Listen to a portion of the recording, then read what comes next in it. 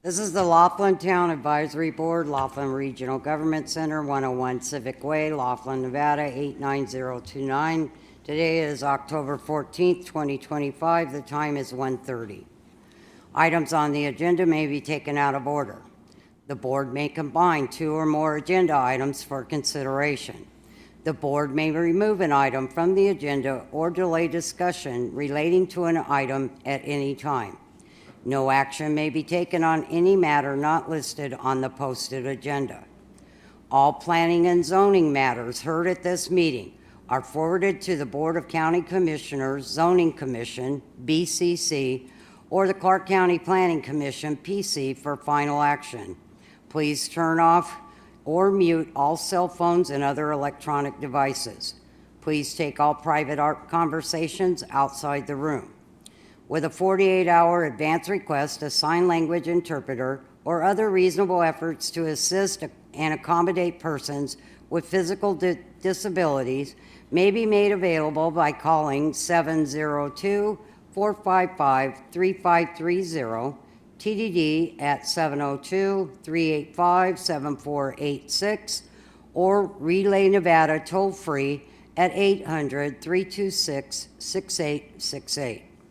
Supporting material provided to the board members for this meeting may be requested from Tammy Harris at 702-298-0828.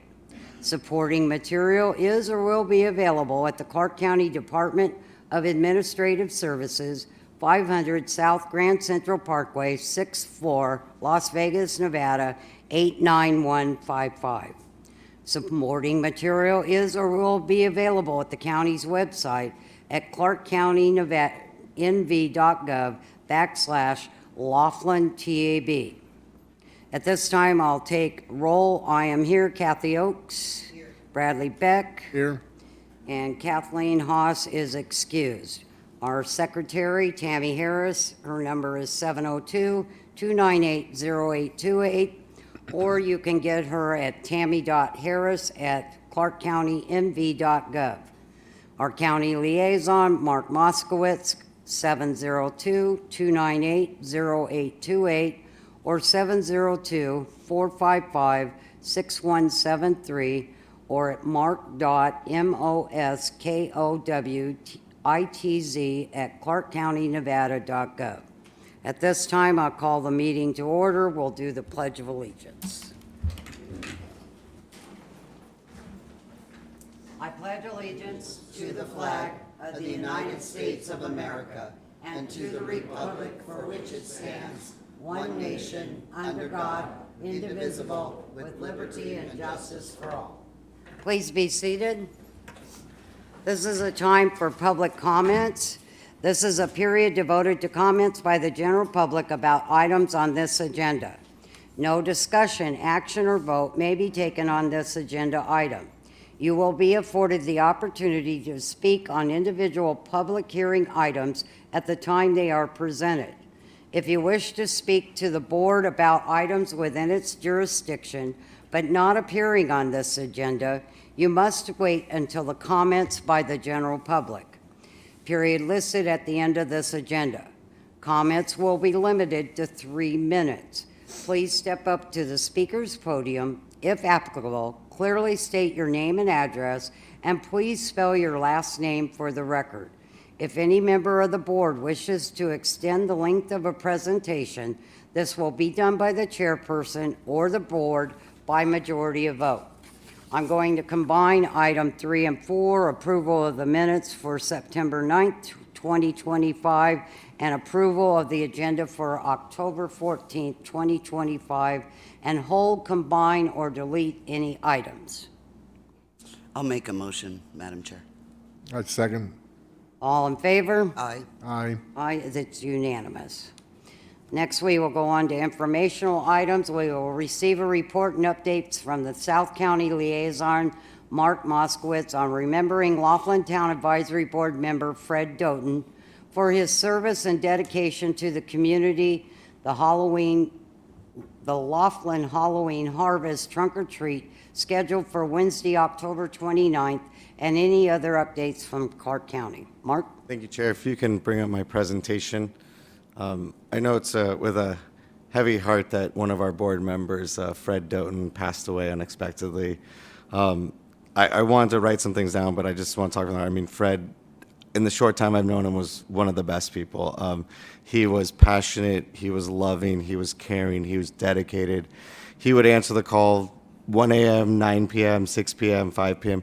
Didn't matter. He was one of the best. And I just wanted to share some photos and just take a moment of silence just to there's not enough words to say how great Fred was for his community. And he will truly have a lasting impact. I mean, there's so many things when you look around Laughlin that, Fred had something to do with or was part of or was in a group or organization or helped move something or show up to an event. I mean, he was always there. So, and he loved his motorcycles. He loved his rides. I know that was the only time he wouldn't answer my calls is when I called him. He said, I'm gone for the weekend. I'm going on a ride. And he loved what he did and he loved to help the community. So I would just love everyone to just take a moment of silence, and then I would, if the board would like to say anything too, so.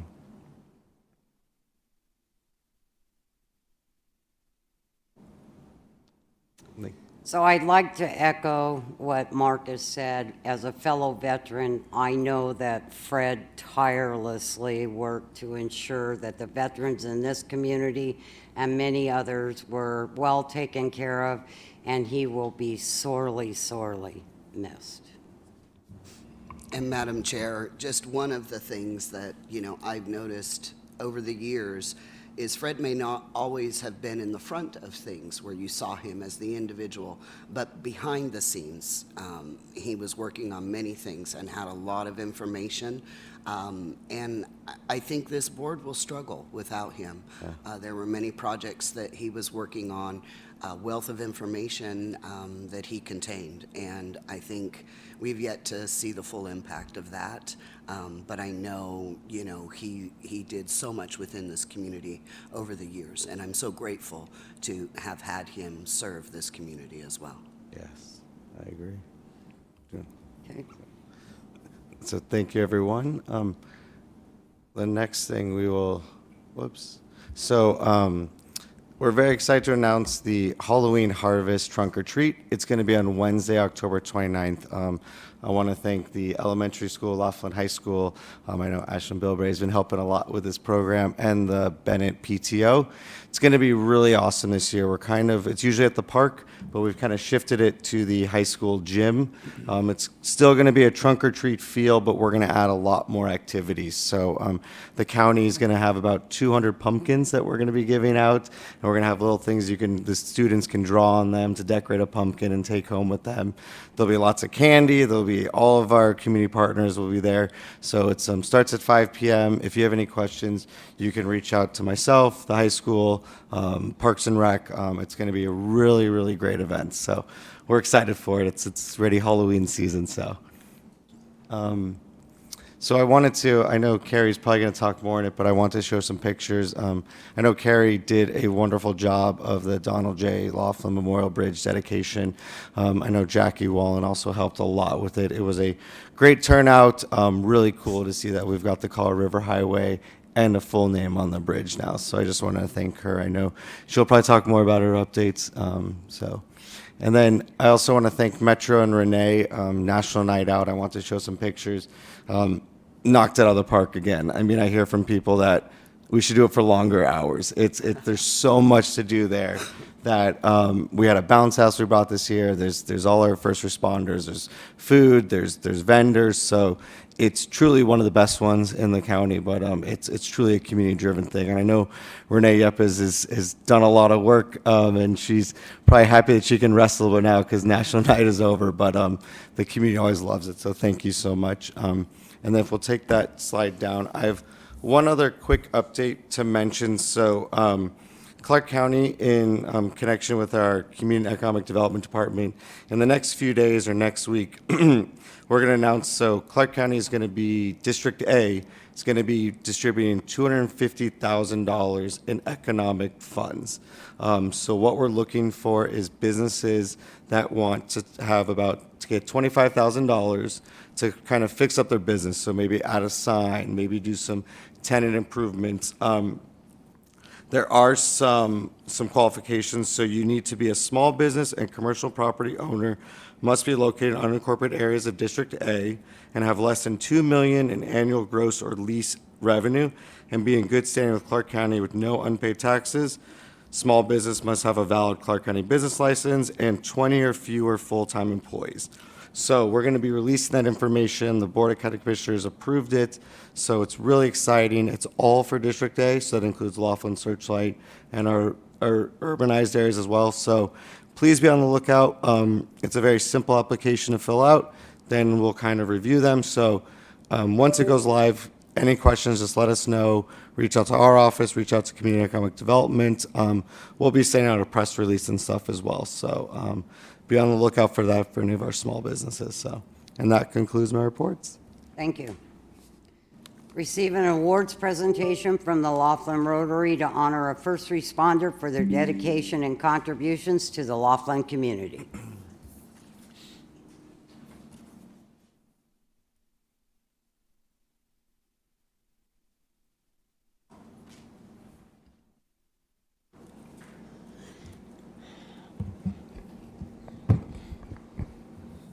Good afternoon. Afternoon. My name is Jackie Wallen, and on behalf of the Laughlin Rotary Club, Fred was our treasurer and did a lot of wonderful things for us. So we wanted to start out by giving you 5 notes that we came up with in a sentiment series where everybody had to pick a word from their first name. But we did develop 5 statements that we'd like to share with you. He was always last minute, but he was committed to the goal. Others judge themselves by him. They judge themselves and their character by his character. He's always serving humanity with his purpose and for his purpose and for the purpose of others. He had conviction and true character that all of us really relied upon to keep us straight. And then his key to joy truly was a camaraderie of his fellow humans and fellow veterans. So, pretending like he's here because this was one of his favorite awards of all time, I will turn it over to Renee.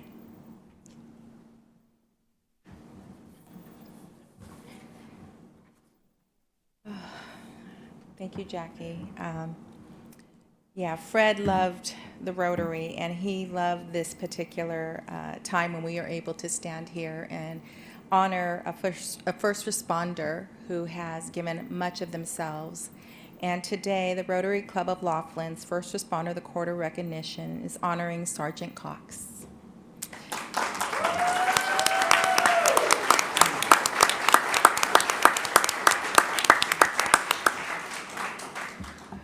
We are proud to recognize Sergeant Cox as our first responder of the quarter, honoring his exceptional leadership, dedication, and unwavering commitment to the Laughlin community and beyond. Sergeant Cox began his distinguished law enforcement career with the Las Vegas Metropolitan Police Department on April 8, 2003, bringing with him 6 years of prior service from South Carolina. Over the past 2 decades, he has served throughout the Las Vegas Valley in numerous commands, including Northwest, Bolden, South Central, Downtown, and Convention Center, before returning to South Central Area Command. On December 24, 2022, Sergeant Cox was assigned to Laughlin, where he currently oversees a squad of patrol officers and community-oriented police officers. Known as a hands-on leader, Sergeant Cox works side by side with his team rather than from behind a desk. His officers describe him as a true role model, someone who leads with purpose, integrity, and heart. His scope of service extends far beyond his formal duties. He leads the Metro Volunteers Program and serves as the primary contact for the Trauma Intervention Prevention Program, which provides compassionate support to individuals affected by traumatic events. Sergeant Cox has also organized countless community programs throughout both Las Vegas and Laughlin, partnering with local businesses, nonprofits, youth, and senior groups and homeless outreach services. From National Night Out to Coffee with the Cop and Learn the Beat, his efforts have strengthened the bond between law enforcement and the communities he serves. Among his many initiatives, Sergeant Cox founded the First Responders Blood Drive, which to date has facilitated 7 blood drives, collecting over 194 units of blood from 178 donors, an average of 28 units per drive. This ongoing effort has saved lives across Southern Nevada and reflects his deep compassion for others. A cornerstone of his community service is his leadership at the Colorado River Heritage Greenway Park and Trail, where he advocates for clean, safe, and family-friendly outdoor spaces. He also collaborates with Hope of Southern Nevada to ensure essential outreach services reach Laughlin's unhoused population.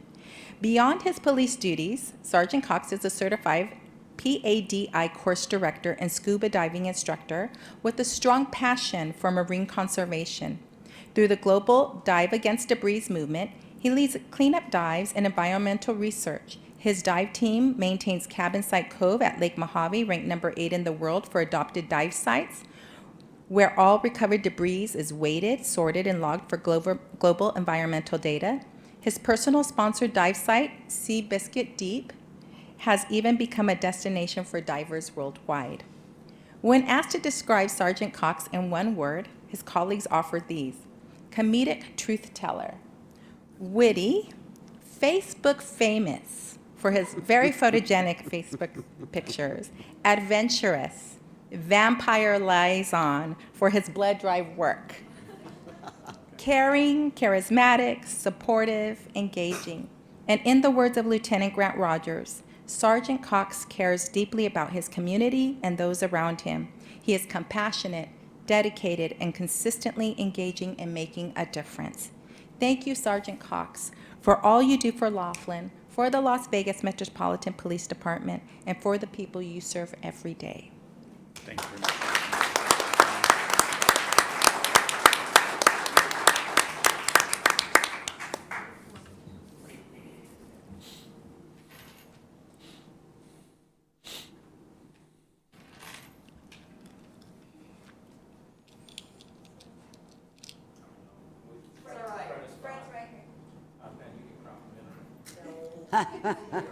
He's here with all of us forever.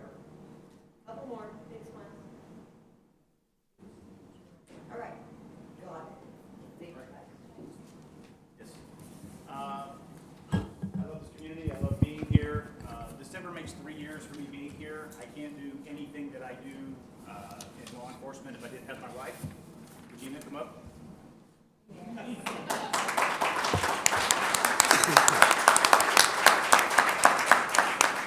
And I certainly can't do what I do without my guys. So, guys, please.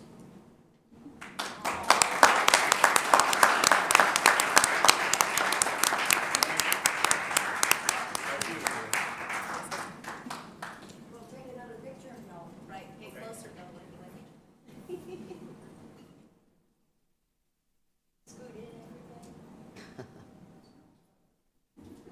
A lot of equipment on those belts. They can't get too Act like you close. like each other.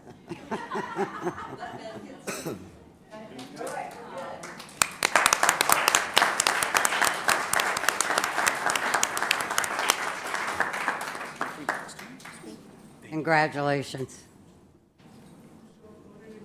Thank you. Thank you. There is a report from Parks and Rec in the back, if you want to refer to that, but they are not here today. Receive a report from Lieutenant Rogers with Metro Police regarding activity and statistics during the past month and other areas of crime concern. And it looks like Sergeant Cox. Sorry about that. I am not Lieutenant Rogers. Good afternoon, guys. All right, so to give a report for September 2025, calls for service in Laughlin are 295 calls for service, changed up from 2024, 271, a change of 8.86%. Our citations were 110 with 2 DUIs, 14 battered domestic violence arrests, 21 bookings for adult at Tucker, 1 juvenile citation.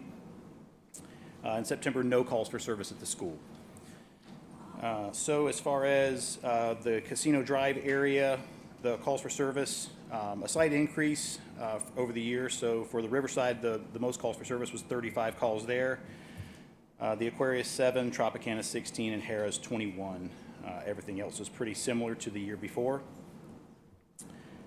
And with respect to the events that we've had going on, Mark and Renee, they talked a little bit about this earlier. The Learn the Beat on September 11th, the day of service for public service. We taught the 8th graders compression-only CPR over at the school in conjunction with a program from War MC, Bullhead Fire Department, Clark County Fire Department, and AMR. So it was a really great event that actually one of my officers ended up performing chest compressions on a call the very next day. So it was kind of a good refresher for him that he could actually get out there in the field and had never actually done chest compressions himself.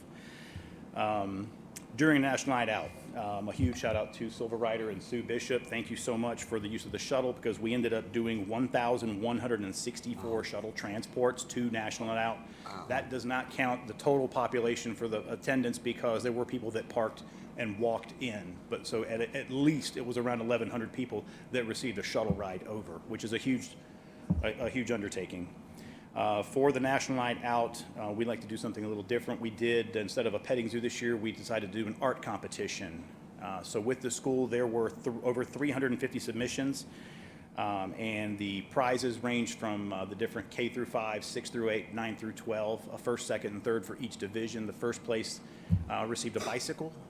Second place received a beautiful art supplies, and then a gift certificate for third place. So the kids were very excited, and the idea being that we're going to expand this as we move down the road.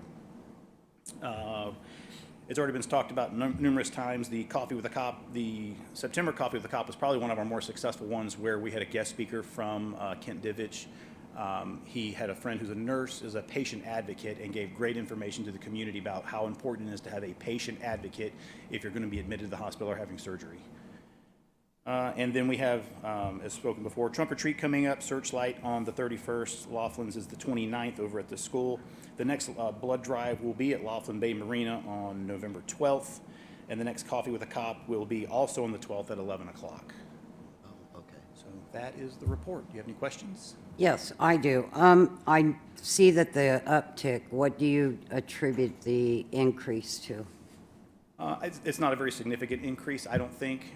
There was no really specific incident that happened, and I can't think of a major holiday that would really have impacted us that much. And then on domestic violence, that seems like a increase there, a large amount for domestic violence. Yeah, you know, Is it just getting reported more, or? we don't get to control the number of those that are reported. We just take them as they come. So the number that gets reported, that's just the number that goes into the report. So as far as, it's not something we can be proactive about. Right. Okay. And Madam Chair, one thing I'm curious about, years ago I belonged to the Citizens Emergency Response Team. Do we have a large, is it come from our volunteers, or do we have several individuals in this area that are still active in that? Not that I'm aware of, so it's not something we use a lot of that I'm aware of. So for like community response in a traumatic situation, that's why TIPS of Las Vegas, the TIPS, the Trauma Intervention Prevention Service, doesn't give service to Laughlin. So that's why we have trained volunteers here in Laughlin that will respond if there is a traumatic event. I see. Instead of a CERT call out, we would use our volunteers. Right, and they have training from counselors. So it's not the full certification, but they do receive some training, and the Rotary was actually very gracious and gave a lot of supplies for them to use when it comes to doing those call-outs. And I stayed on it for a number of years when I had canines that were certified. I'm still licensed with the state for that. So I was available for a call out in that time frame, but some of my canines have aged. And so I was just curious. I have some coming back around through training, and so I was just curious. We are going to recruit more for the TIPS program in Laughlin, probably within the next, we wanted to get through kind of the busy season of National Night Out, Trunk or Treat, and Shop with a Cop.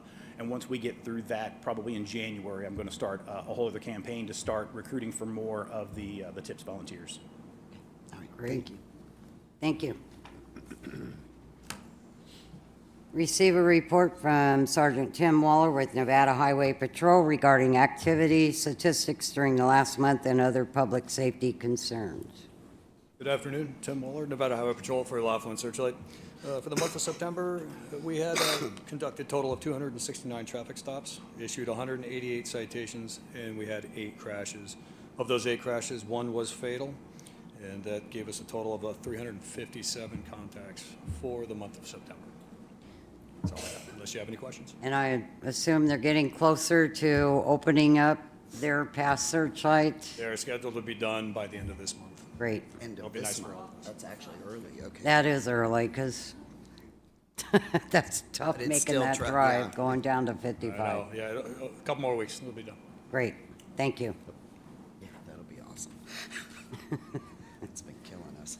Receive a report from Clark County Fire Department regarding calls for service during the past month and other fire prevention issues.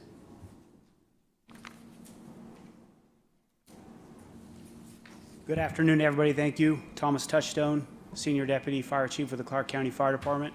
I apologize, I did not bring copies of the report as I received it as I was driving down here. I also brought with me newly promoted Assistant Chief Dalen Woolbright. He is going to be running our EMS division for the Clark County Fire Department. You didn't have to come up here, but he's right here to answer any questions. So he's going to be overseeing all EMS operations for Clark County. And I thought it would be a good opportunity to bring him down here and introduce him to the board, and then also let him make him familiar with the process down here. So if I may go ahead and read the report of calls for service. Engine 76, which is parked right next door over here, for the month of September had 23 EMS calls, 4 fire calls, and 6 other for a total of 33, which is down from 46 last September, and down from 43 in the month of August, which is pretty normal for us to have a reduction in call volume from the summertime into the fall. Rescue 76 had a total of 56 EMS calls, 0 fire calls, and 1 other for a total of 57, which is actually a substantial decrease from last year when they ran 71 last September and 78 in August of this year. So their call volume was down quite a bit. Truck 76, which is the aerial apparatus that we brought down here several years ago, did not have any calls for service because we didn't have any fires that necessarily needed them. And Watercraft 76 did not have any calls for service. Although we may have reported recently that we did have a motor problem with Watercraft 76, and so we replaced the motor recently, and now it's back on the water serving the public. In fact, we had it back for, I believe, the Labor Day weekend. That was reported previously. As far as Station 85, which is down the way a bit, Engine 85 ran 67 EMS calls, 7 fire calls, and 7 other calls for a total of 81 in September, which is a significant increase over September of last year, which was 43, and August, which was 66. And I can't tell you why they had that increase. You know, it's kind of surprising, and that I think that's why the data came late to me, because my folks were trying to figure out why we had that increase, but it was there, and so we'll just kind of keep an eye on that and monitor and see if anything changes with Engine 85, you know, moving forward. We fully expect their numbers to go back to normal. Watercraft 85 and Tech Rescue 85 both had 0 calls for the month of September, so that's a good thing, right? Obviously, we want to be down here and serving the community, but not necessarily if we don't have to, right? So we hope that we don't have any serious calls. Overall, in total year to date, this year we've ran 1,183 calls down here in Laughlin as compared to 946 the year before for the same time period covered, which is a 25% increase. I am very happy to report that we do have some new members working at Station 76 and 85, and we just started a Tech Rescue Academy on Monday. This whole week they're going to be focusing on watercraft operations, both on the boat and also on the jet skis over at 85. Although they had to punt today because it was too windy to get out on Lake Mojave, which is where they start their initial training. So today they were actually working on vehicle extrication. But you may see them towing the boat around town, and if you do, it's because they're going out and doing a lot more training.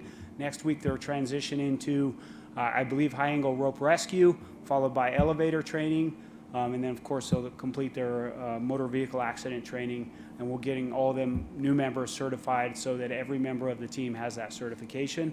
In case you don't know, We require a total of 8 techs on duty every single day across both stations. We train up everybody, but if anybody takes vacation or whatsoever, we may not necessarily have a tech rescue. We may drop down to 9 techs, but 8 is our standard, 8 every single day. And that's how we maintain that standard, is by making sure that they receive timely and adequate training. That ends my report unless there's any questions from the board. Thank Very you. thorough. Thank you very much. Receive a report and updates from Principal Jonathan Moss with the Laughlin School District. Welcome. Good afternoon, and thank you for having me. I haven't had a chance to meet all of you individually, but I'm John Moss with Laughlin Schools, and I'm so excited to be here and so proud for the work we're doing in Laughlin. So I hope to share a little bit of that with you. I don't have data related to our calls, but we serve about 600 students every single day and the families that go with them. So like many of our families, I'm a parent too, and one of the most important things to me is working to be sure that when we talk about Laughlin schools, we're not talking about underperforming schools or rural schools or schools that can't be successful, because we can. We have outstanding students and we have some of the best faculty in the state. So I'm really excited about that. This year, we've really focused in on academic growth, absenteeism, and safety. So when it comes to academic growth, we've put some new interventions in place, some new supports, and we're seeing gains in math and reading across both campuses, which is really exciting for us. When we look at the impact to students, part of that is we've seen a 12% increase in our projected graduation rate. We're seeing about a 5 to 10% projected growth in proficiency. So kids that are performing at grade level or above. So we're seeing great things happening for student success. One of the areas we've seen a lot of success is with chronic absenteeism. So a student that misses or is projected to miss 10% of the school year is considered chronically absent, and that's 18 days. Last year at Laughlin Junior Senior High, that was 32% of our school. That's a lot. I come from Lake Havasu, and there we considered about 10% to be a lot. 32% is where we're at. But thanks to some strong community partnerships like the Laughlin Economic Development Corporation and the Bilbray family, we've done some work to drastically drop that to about 20% this year, which is huge. That's recognizing students and their needs, connecting with them, but also providing some very fun and meaningful incentives. What that looked like last quarter was we put it out for students. If you have excellent attendance, passing classes, and great behavior, the Bilbray family helped us take 90 of our students to see the Wizard of Oz at the Sphere, something our kids would never be able to experience without them. But more so than just giving that incentive, something we always like to encourage our volunteers and supporters to do is to interact with kids. So up at the Sphere, Mr. Bilbray came, he interacted with kids, he shook their hands, he met them, he talked to them, he gave a speech to the whole group. That does so much good for our kids, and the data supports it. So many of the folks in this room have been on our campus, they've interacted with our kids, they know Metro. If you find yourself there, please just talk to a kid. Show them you're here to support them and engage with them. But the work that we're able to do because of our community is huge, and we're seeing a great impact. In addition to that, we've done a lot of work to create a positive culture at our school, both in terms of how we interact with kids and the language we use, but the way we celebrate them. So we've given some new life to our social media. We've done some new incentives to recognize kids. If you have chances and you're on Facebook or Instagram, Laughlin Stuco is the high school, Bennett Elementary is the elementary school. Give it a like, check out, and then celebrate all the great things happening. In terms of the work ahead for us, our goal is to become the first campus to have 3 5-star schools in the state. So the Nevada Department of Education provides a rubric with a score. Right now, Bennett Elementary is a 1-star, our middle school's 2, and our high school's 3. All of our schools showed growth in the last year, but we're on a path to 5 stars. So we will be the best. We are the best. We just need to show it. But we always encourage folks to engage with us. We want to be a part of this community, and we are. And we're so grateful for everything happening here. Thank you for a few minutes of your time. Any questions? No questions, but thank you very much. I appreciate having you Yes. here. Thank you. Thank you. Receive a report from Jason Bailey with Big Bend Water District regarding the status of the water system.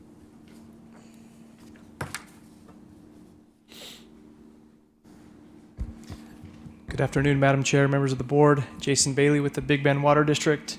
That was a wonderful tribute for Fred Doughton. He will be missed. We enjoyed working with him on the board.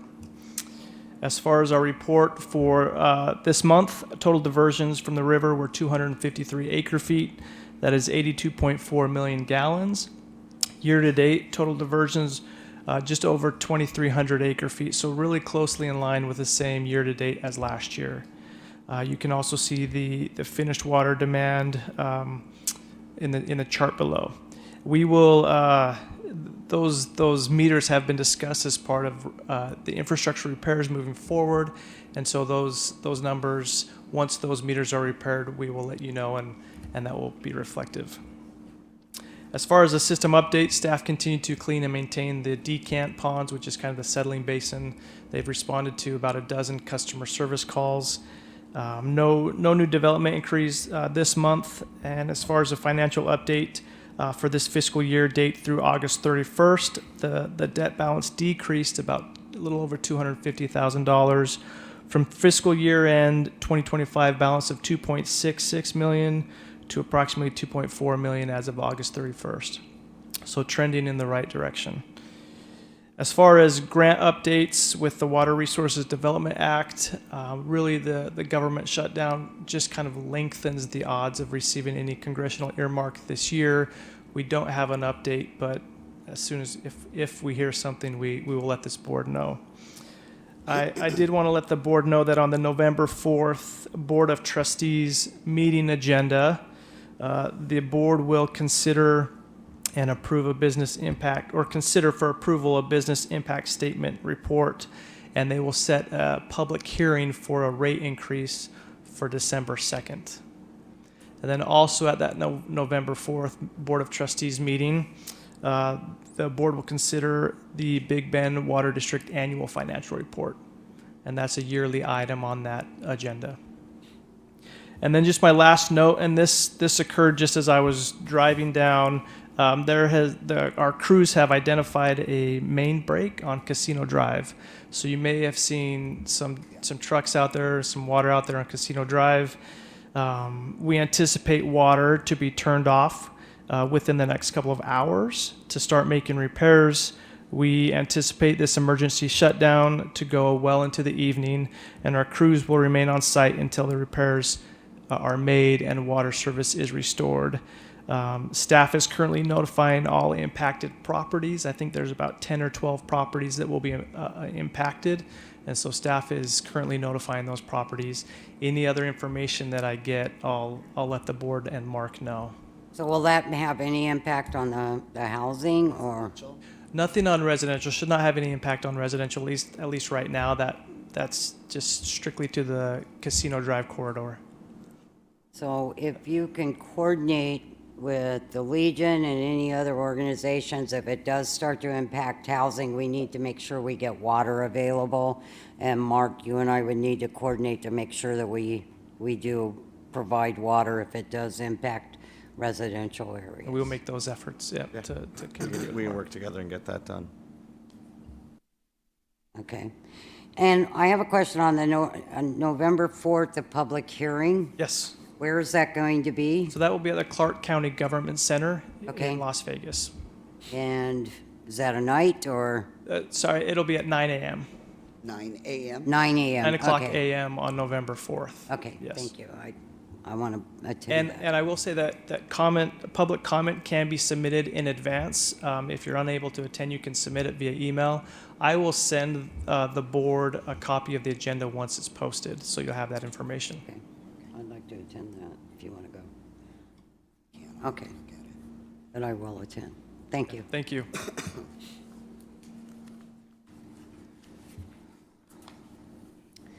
Receive a report from Will Smith. I don't I see. don't see him here. And is there a report in the back? Do you know? Okay. Thank you. Receive a report from Kelly Lear, Southern Clark County Coordinator with UNR Extension regarding the status of programs and upcoming activities. And thank you for putting that planter at the post. We'll check on it today, too. We hosted a garden festival at Pyramid Canyon Park on October 4th so that we could replant some of the pollinator shrubs and bushes. dropped some seed balls that were filled with wildflower mix. There's a section of the park that's right in front of concessions, and it turned out great. We had the help of the Colorado River Heritage Greenway Trail Committee members, VIPs, Interact Club from the high school, Master Gardeners here in Laughlin, and our homeschool junior Master Gardener group. It looks beautiful. It looks so nice. And Fred, our former Colorado River Heritage Greenway Park and Trail chair member, would be so proud. This morning, because our timing was awful, we got 50 butterflies for that event. They hatched early. We wound up releasing them because we couldn't contain them anymore. So I got more, and I released those 20 butterflies today. So I had my own little moment of silence with Fred this morning at the park, because he and I had envisioned releasing those and starting out that monarch population at that park, because they'll always come back to that spot.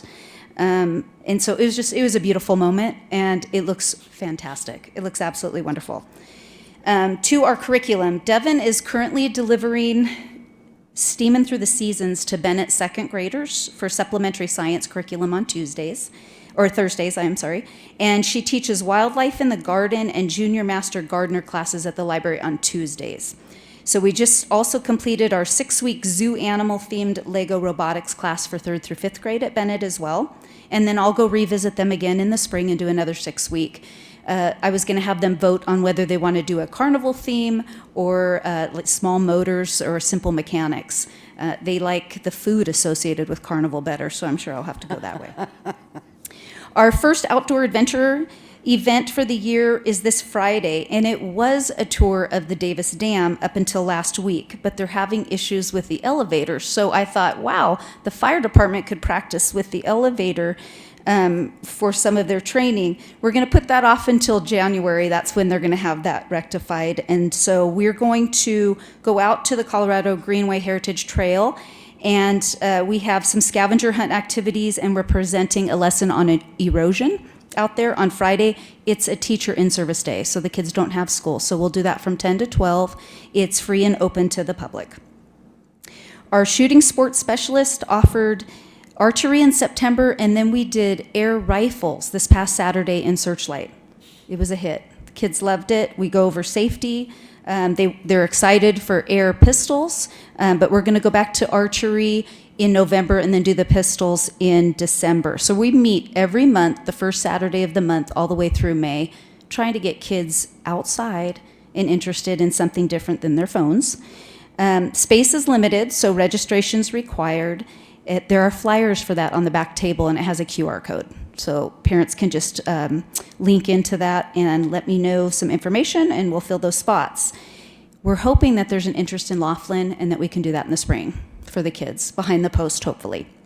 We delivered that raised planter to the post late last month, and last week Devin and I brought some herbs. It's in a great place. We have to just stop and get water to it every once in a while. But we're hoping to spark an interest in planting in small places and spaces. And so hopefully that will take hold. We participated in National Night Out. You'll see us again at Trunk or Treat and the Rev Fest. And I believe that's November. We also will have some Christmas trees at the marina in December. Our October Healthy Aging and Living newsletter, I have to come back to put that on the back table. I do have November ones. I'm also currently being trained to be a bingo size instructor for healthy aging and living through the university. And I hope to be able to bring the curriculum to the Post or Elks or the Senior Center, whomever's interested. And I'd likely like to do that with the Seed to Supper curriculum that I also have come in contact with, and I'd like to do that in the spring. I also have a new apparatus that they just sent me. But this year, you have to check it out and through my office, and it's the radon detection. We do have some old kits in the back. If you don't know what radon is, it's a naturally occurring radioactive gas that comes from the breakdown of uranium in the rocks and soil and water, and it seeps up through foundations. And so it looks like a little alarm clock. And this new one, you just basically plug it into an outlet, and it will digitally display readings. And I didn't have my glasses on when I first plugged it in. And it said, it rang 2.7, and I thought, oh no, I read something in there that if it's 2.7, it's a high reading, and it was 0.27, not 2.7. So my office is okay. The other thing that I'm kind of excited about, is we were on the Clark County agenda last week for real property management to approve and authorize the intent to lease the 1555 South Casino Center Drive building, which is it shares the parking lot with Endow. And so next week they will vote to approve that. And so we're hoping that we'll have some more space and we'll be moving here after some renovations and cleanup in that building. So we'll be right there on Casino Center. So, any questions for me? No, thank you. Receive a report from Carrie Larson with Laughlin Chamber of Commerce regarding current and upcoming business activities in Laughlin. Good afternoon. Carrie Larson, the Laughlin Chamber. We have a couple of ribbon cuttings coming up. They are across the river. The first one is the 24th. It's for Red Coyote, which is kind of a shop with all kinds of different resale items and crafty items. They're expanding their store. So we're going to cut that ribbon. And then there is a huge announcement that's going to happen on November 6th at Laughlin Ranch Golf Club. So we are doing a joint mixer with the Bullhead Chamber on that, and that's supposed to be very exciting. Our business builders, our business breakfast this month is with Feral Cat Warriors. As you know, they took on a whole bunch of cats from the most recent storms, and they do an amazing job for our area. So Charles Black will be presenting, and the theme is rescuing cats and everything that comes with it. So that is October 24th at 8:30 a.m., totally open to the public, and they will also be sponsoring breakfast for everyone that day. We have another lunch mob coming up on November 7th. This one will be at Indian Oven. It is going to be at noon Arizona time on November 7th. So we do that every month, first Friday of the month. Yes, I know, time chains are going to be wicked, but it is what it is. As far as events go, we had our first Roadhouse Roundup, which was our Searchlight neighbors coming down to Nat's Landing last month. It was a blast. We had 14 of them, or as I say, the whole town came. So the next one, and as you all know, we're raising money for the Megan Jackson Silver Rider Toy Drive. It will be this Friday.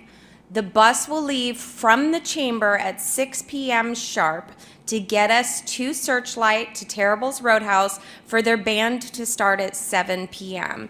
And we'll be there until everybody wants to go home.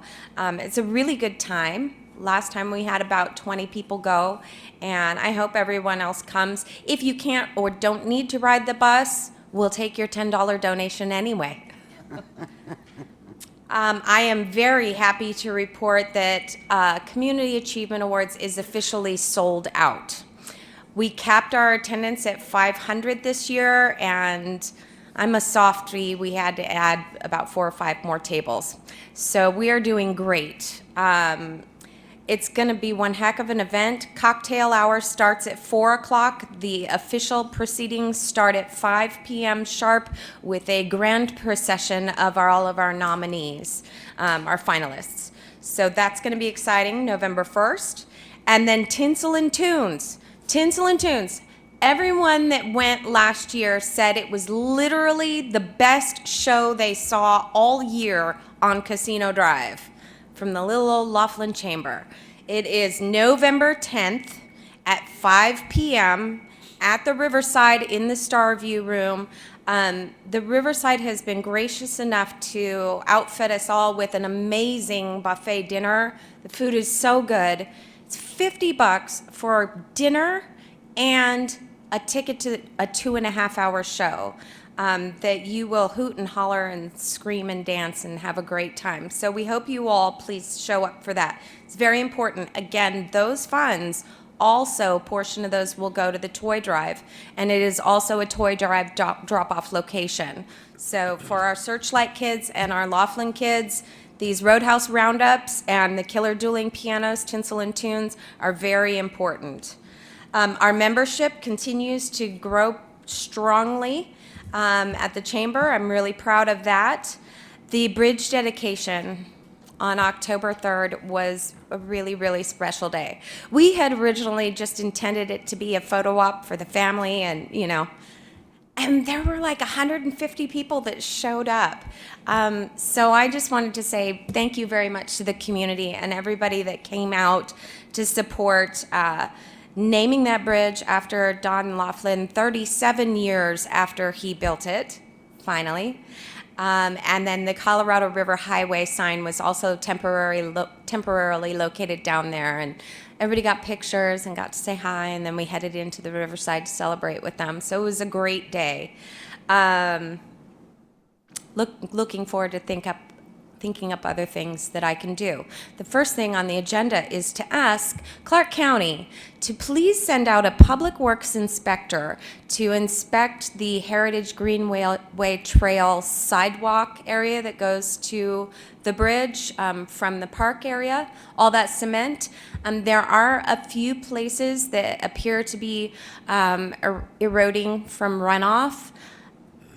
I did not see anything that caused me grave concern, but I am not a public works inspector, so I would love it, especially with Connie Davis Cancer Walk coming up the first Saturday of March, if we could be sure that that is a safe environment. Okay? It's definitely possible. Great. And I'll work with you to figure out the spot. Super. Do you guys have any questions for me? Nope. Super. Thank you. Thank you, Thank Carrie. you.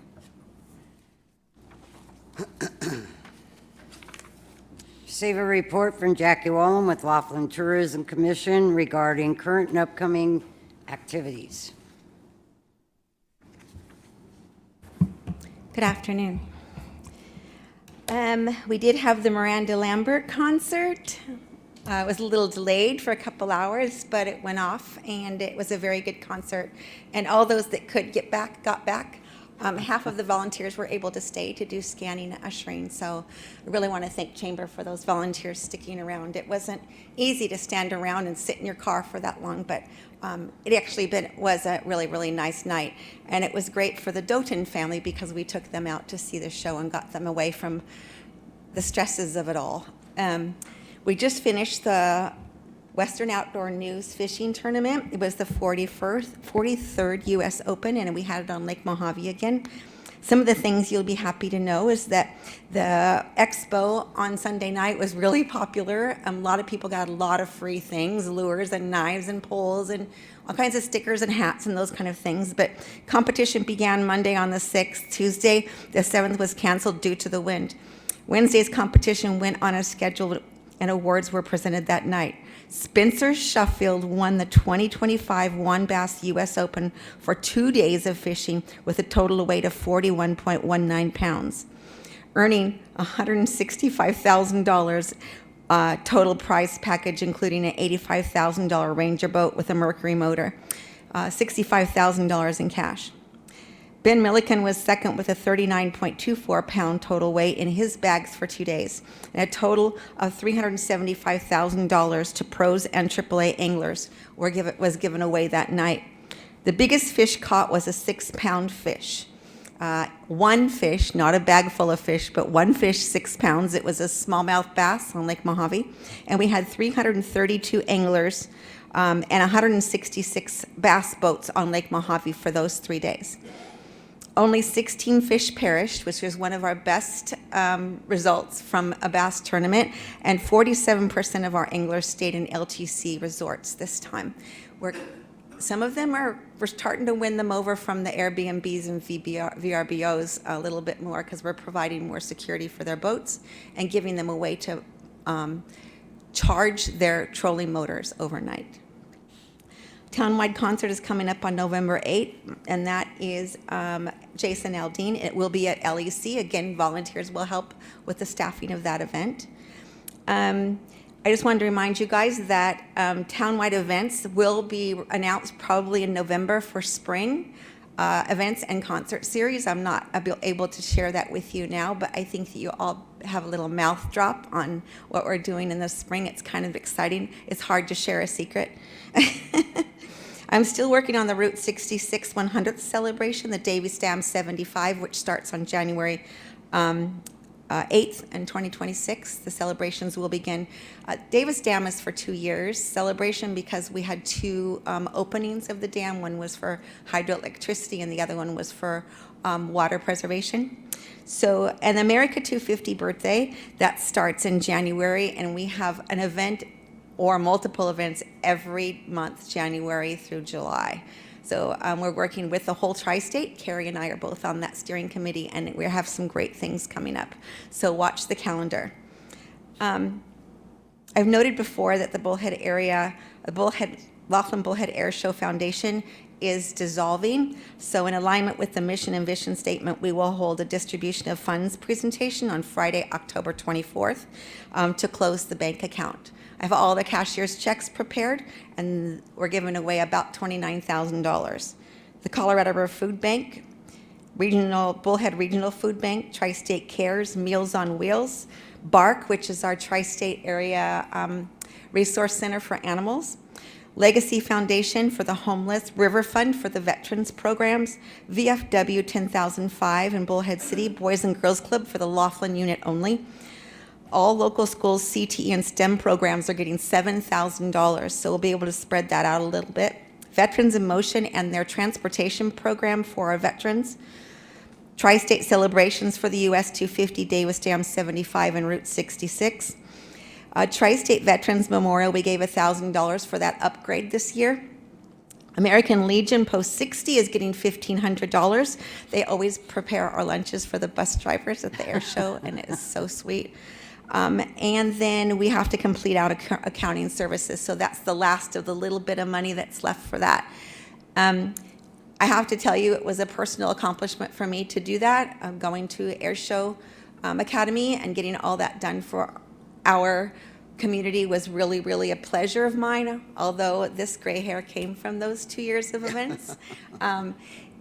It really was rewarding seeing all the children and the families celebrate our veterans, aerospace and aeronautics, but we just don't have the right space, not only just in the air, our air box is really small, but we have a very small pool of entertainers to come from that will work in that small box. And also getting military assets, both human and the assets that they fly is really, really hard to get here, and I don't want to have a boring show. So it really was thought about long and hard, and that's why we decided to dissolve the foundation and give the money to the community. So that I'll have another report on how that was received next month, but it was a real pleasure to have those cashier's checks filled out. You will need to know that every recipient has to fill out a use report, and they have to report to me by April 1st of next year with receipts and how that money was spent to ensure that the money followed our mission statement and our vision statement. So that's my report for the day. Do you guys have any questions? No, thank you for Thank making you. those donations. You're welcome.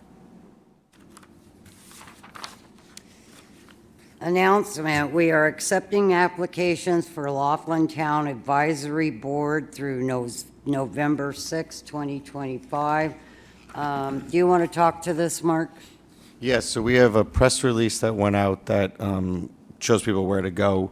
We have applications in the back, so if you'd like to fill out one by hand, you can turn it to Tammy at the office, or you can fill it out online. Just go to the LTAB page where we have all of our agendas. There'll be a live link there to fill it out electronically. So you can do it electronically, you can drop off in person, you can fax it to us. If you have any questions, just let us know, and then we'll be accepting them through November 6th.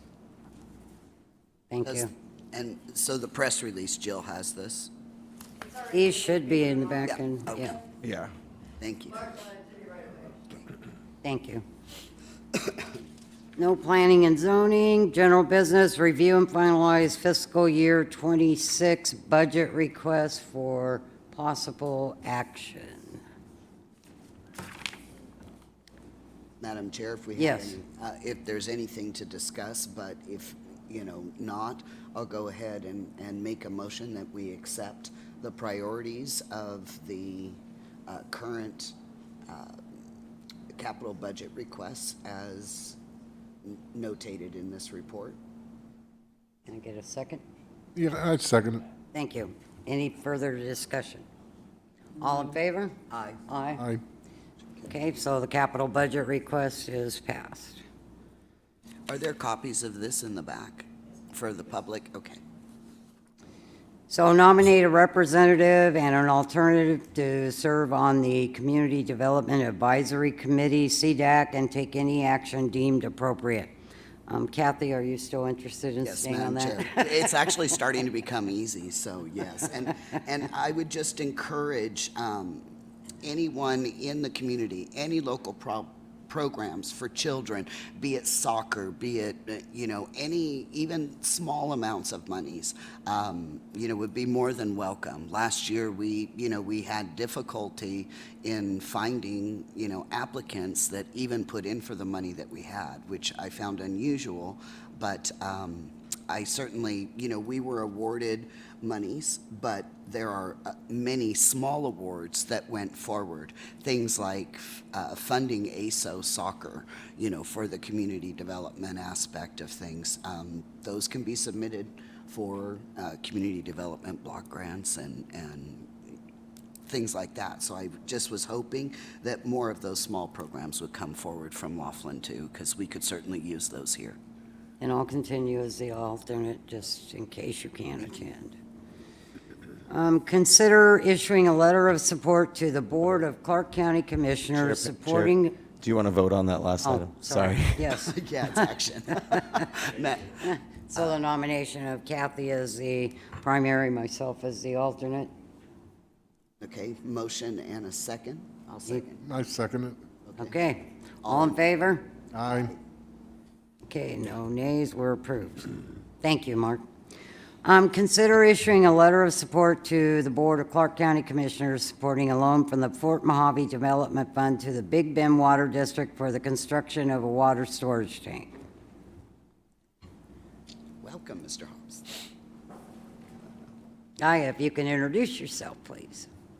I think I probably will. Some of us know. Some of us have been with you for decades. Good to see you again. My name is Guy Hobbs, and I'm here in a capacity, I serve as financial advisor for Clark County and a number of other municipal entities around the state. What does that mean? Let me back up a little bit too. Some of my additional experience was I was the chief financial officer for Clark County many, many years ago. That was about a 15-year highlight of my life. And in the last, I guess it's been 30 years. I've been in private practice in the area of public finance.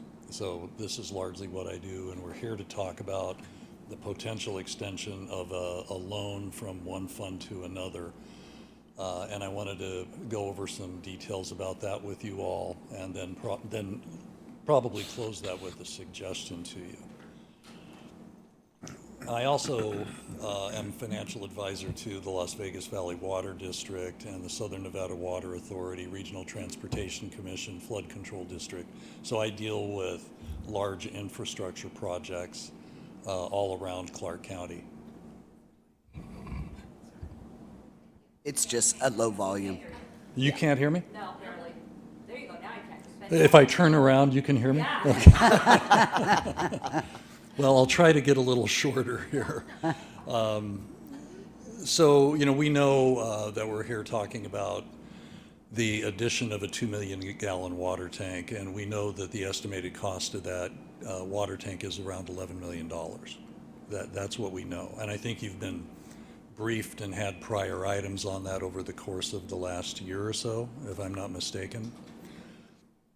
And so we're talking about the possible extension of what we would refer to technically as an intergovernmental loan from the Fort Mojave Fund to likely Big Bend Water District, who would then pay for the project to the Las Vegas Valley Water District, who would be the ones that would actually bid the project. So that's sort of the way the funds would flow on something like this.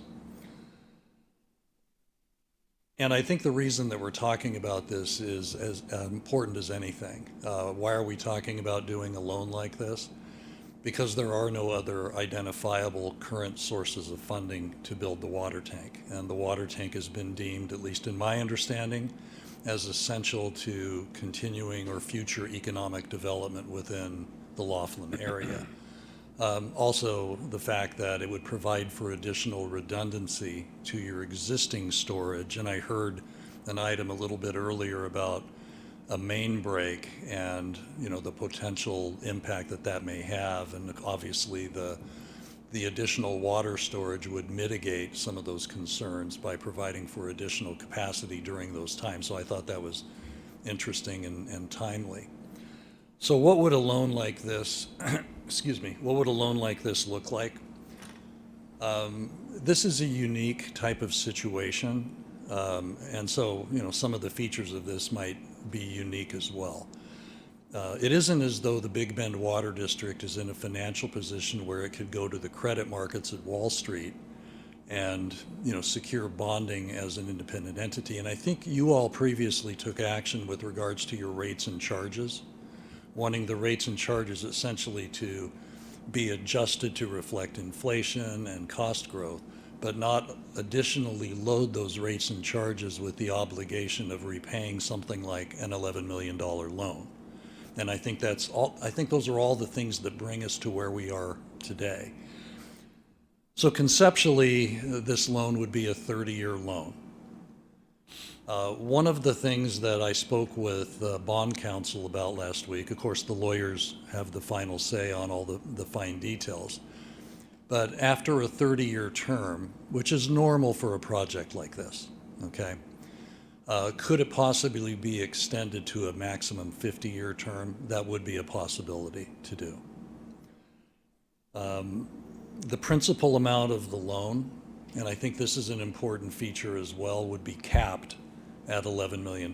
So if the project came in at $11,130,000, we would have to find some other source of funding for that overage, because I understand there's sensitivity to wanting to cap the amount of the extension of a loan from the Fort Mojave Fund. So I think that part is very easily doable.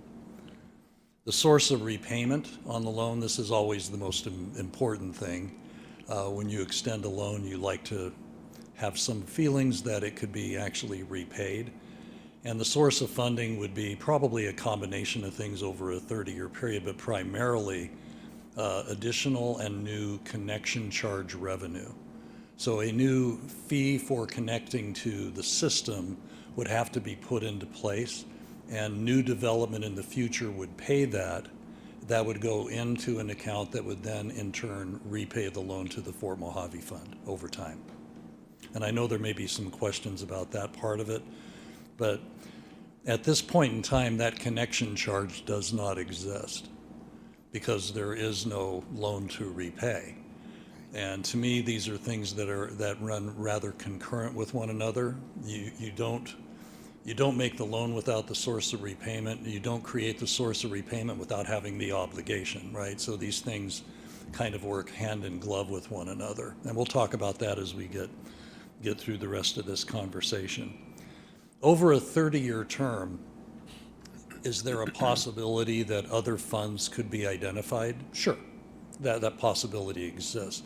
Can I stand here before you today and say that that will happen with certainty? No, but we all know that 30 years, of course I just talked about how long I had been working in public finance, but how long 30 years is and what kinds of changes and things could happen, whether it be a grant, additional monies from the state, who knows, right? But any of the additional funds that are identified once the loan is extended could also be used to refund to the Fort Mojave Fund. You get to the question of interest, and this is something I've had to think quite a bit about, and I'll just share my thoughts with you about interest. Of course, on one hand, you would like to believe that you could accrue interest on the loan over time. By accruing interest, you raise the total amount of repayment obligation over time. And you think about, are we going to have enough developable acreage that will be paying connection fees over that 30-year period? And will it happen over 30 years, or might it take 40 years? And my suggestion on interest, and this is just my thinking, it would be to not accrue interest, at least initially, because all you're doing is raising the repayment amount and creating a higher target level for yourself. And, you know, I think we go into this, unlike other securities that we do, and I've been involved in a lot of public securities over the years for everything from roadways and water systems to football stadiums to you name it. There's an understanding that this loan may or may not be fully repaid at the end of a 30-year term. Let's just be frank and honest about that. And that's why I looked into, with bond counsel, the ability to extend the loan, if that would be the desire as we move through this, or if repayment occurs more rapidly, you know, we also preserve ourselves some flexibility to shorten the term on the loan. You know, so we want to keep, I think, as much flexibility as possible because of the uniqueness of this situation. Now, I'll go back to the connection charges for a moment, because I think, at least my understanding is, and as a longtime fan of the Laughlin community, since my family had a place at Cabin Site Point when those used to exist and we used to come down here, I feel rather attached to this community. And of course, I have friends that live in the community as well. The connection charge part of it is something that we would have to calculate. I mean, I could give you rough estimations at this point of what that connection charge would look like, and it would appear to me, and this is math that we have to do. We have to look at what we think the absorption of development is over time, you know, amortization of the loan itself over time, and run some calculations. But if the new connection charge were in the range of about $3,000 for new connections on top of the connection charges that exist, based on the amount of developable acreage there is here, is it possible, if all of those connections were made, that it could be repaid? Yeah, it would appear. So that appears to be sort of the range that we might be talking about. Although I don't want to, we have a tendency when we start talking about numbers to marry ourselves to those numbers, and I do not want to do that. Because we actually haven't done all of those calculations yet, but I thought you'd be interested in, well, what might the order of magnitude be? You know, something in that ballpark seems to make sense. Now, I understand that there are other, you know, concerns that arise from time to time, whether they be with the Water District or Clark County or various combinations of things. And I've had the opportunity to have some conversations with Mr. Bilbray, who I've known for, well, probably about 40-something years, right, Bob? Although he doesn't look like it, right? And I realize that there's some sensitivity about things like the ability to process permits on a timely basis and plans checking and those sorts of things. I also realize that there haven't been a lot of permits or plans to check over the last few years. And in my conversations with the county, one of the things I have been told is that the building department has been sort of reorganized and has made some improvements in terms of their ability to process those. Now, of course, for people who have had past experiences that took months and months to process a permit, that doesn't mean much. But one of the things that I spoke to the county about doing was setting up a meeting, perhaps with a developer or whoever you all would want to send, with the building department. I would attend as well, to talk about what the process is and see if there's any improvements that could be made that would allow for the processing to be expedited. Now, from a loan perspective, the sooner the permits and plans can be processed, the sooner repayment of the loan occurs. So I think those things are intricately linked with one another. And I would rather see things happen as timely as possible and as much of the loan repaid as soon as possible, as I would imagine you would as well. So I think, again, those kinds of things go hand in glove. Now, I don't mean to wander off topic because I don't think it's off topic at all myself. You'll be the judge of that. But one of the things that has occurred to me over the years with regards to the Fort Mojave Development Fund is that when things like this come up, this is not something that has been specifically planned for in the Fort Mojave Development Fund. And that's my point. There doesn't appear to be a capital plan. You do for your budget. You just talked about that. But do you have a long-term capital plan for future monies in the Fort Mojave Development Fund? We know what they have to be used for, right? I mean, it's in support of infrastructure and other things that provide for economic development here. We know that. But have we actually sat down to do a long-term plan for the Fort Mojave Development Fund? My guidance and advice to you would be that's highly advisable. That's highly advisable to do. And to the extent that we can provide any assistance in doing that, happy to help. But that's something, I just make that as an additional note. So to close out my comments to you, and before you get to any questions you may have, the suggestion that I would like to make, and I think we have to look at wording here, but the suggestion that I would like to make is that you all approve in concept the extension of a loan from the Fort Mojave Fund to provide funding for the development, for the design and construction of the water tank. Because at the same time that would happen, that would also begin the process of looking at the connection charges. Instead of doing things sequentially, we could be doing them at the same time and save a lot of time. Now, does making to say that you support in concept the loan, does that actually execute the loan? No, it doesn't. But it gets the rest of the process actually moving forward. And so today, that would be my suggestion to you, is that you consider doing that and transmitting to the county any of the other types of things like we talked about with respect to permitting and things like that, along with that, so they can all be addressed together. And with that, I'll stop talking. And, you know, by the way, after hearing that one report too, I want to know how I can enter the fishing contest. Exactly, the prize money is Yeah, no, astounding.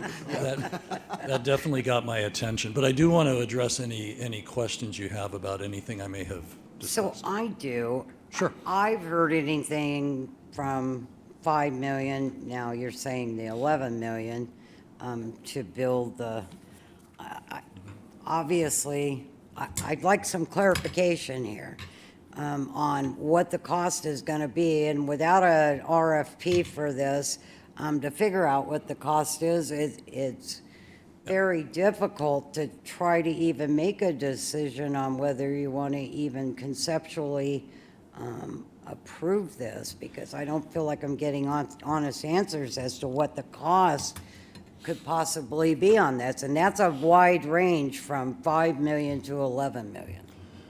Well, let me speak to that as best I can, not being an engineer, not having much personal experience with 2 million gallon water tanks, so I don't. And a lot of it depends on location and topography. Certainly. And, you know, all of those kinds of things. The answer is that you truly don't know what the cost of it is until you go out to bid.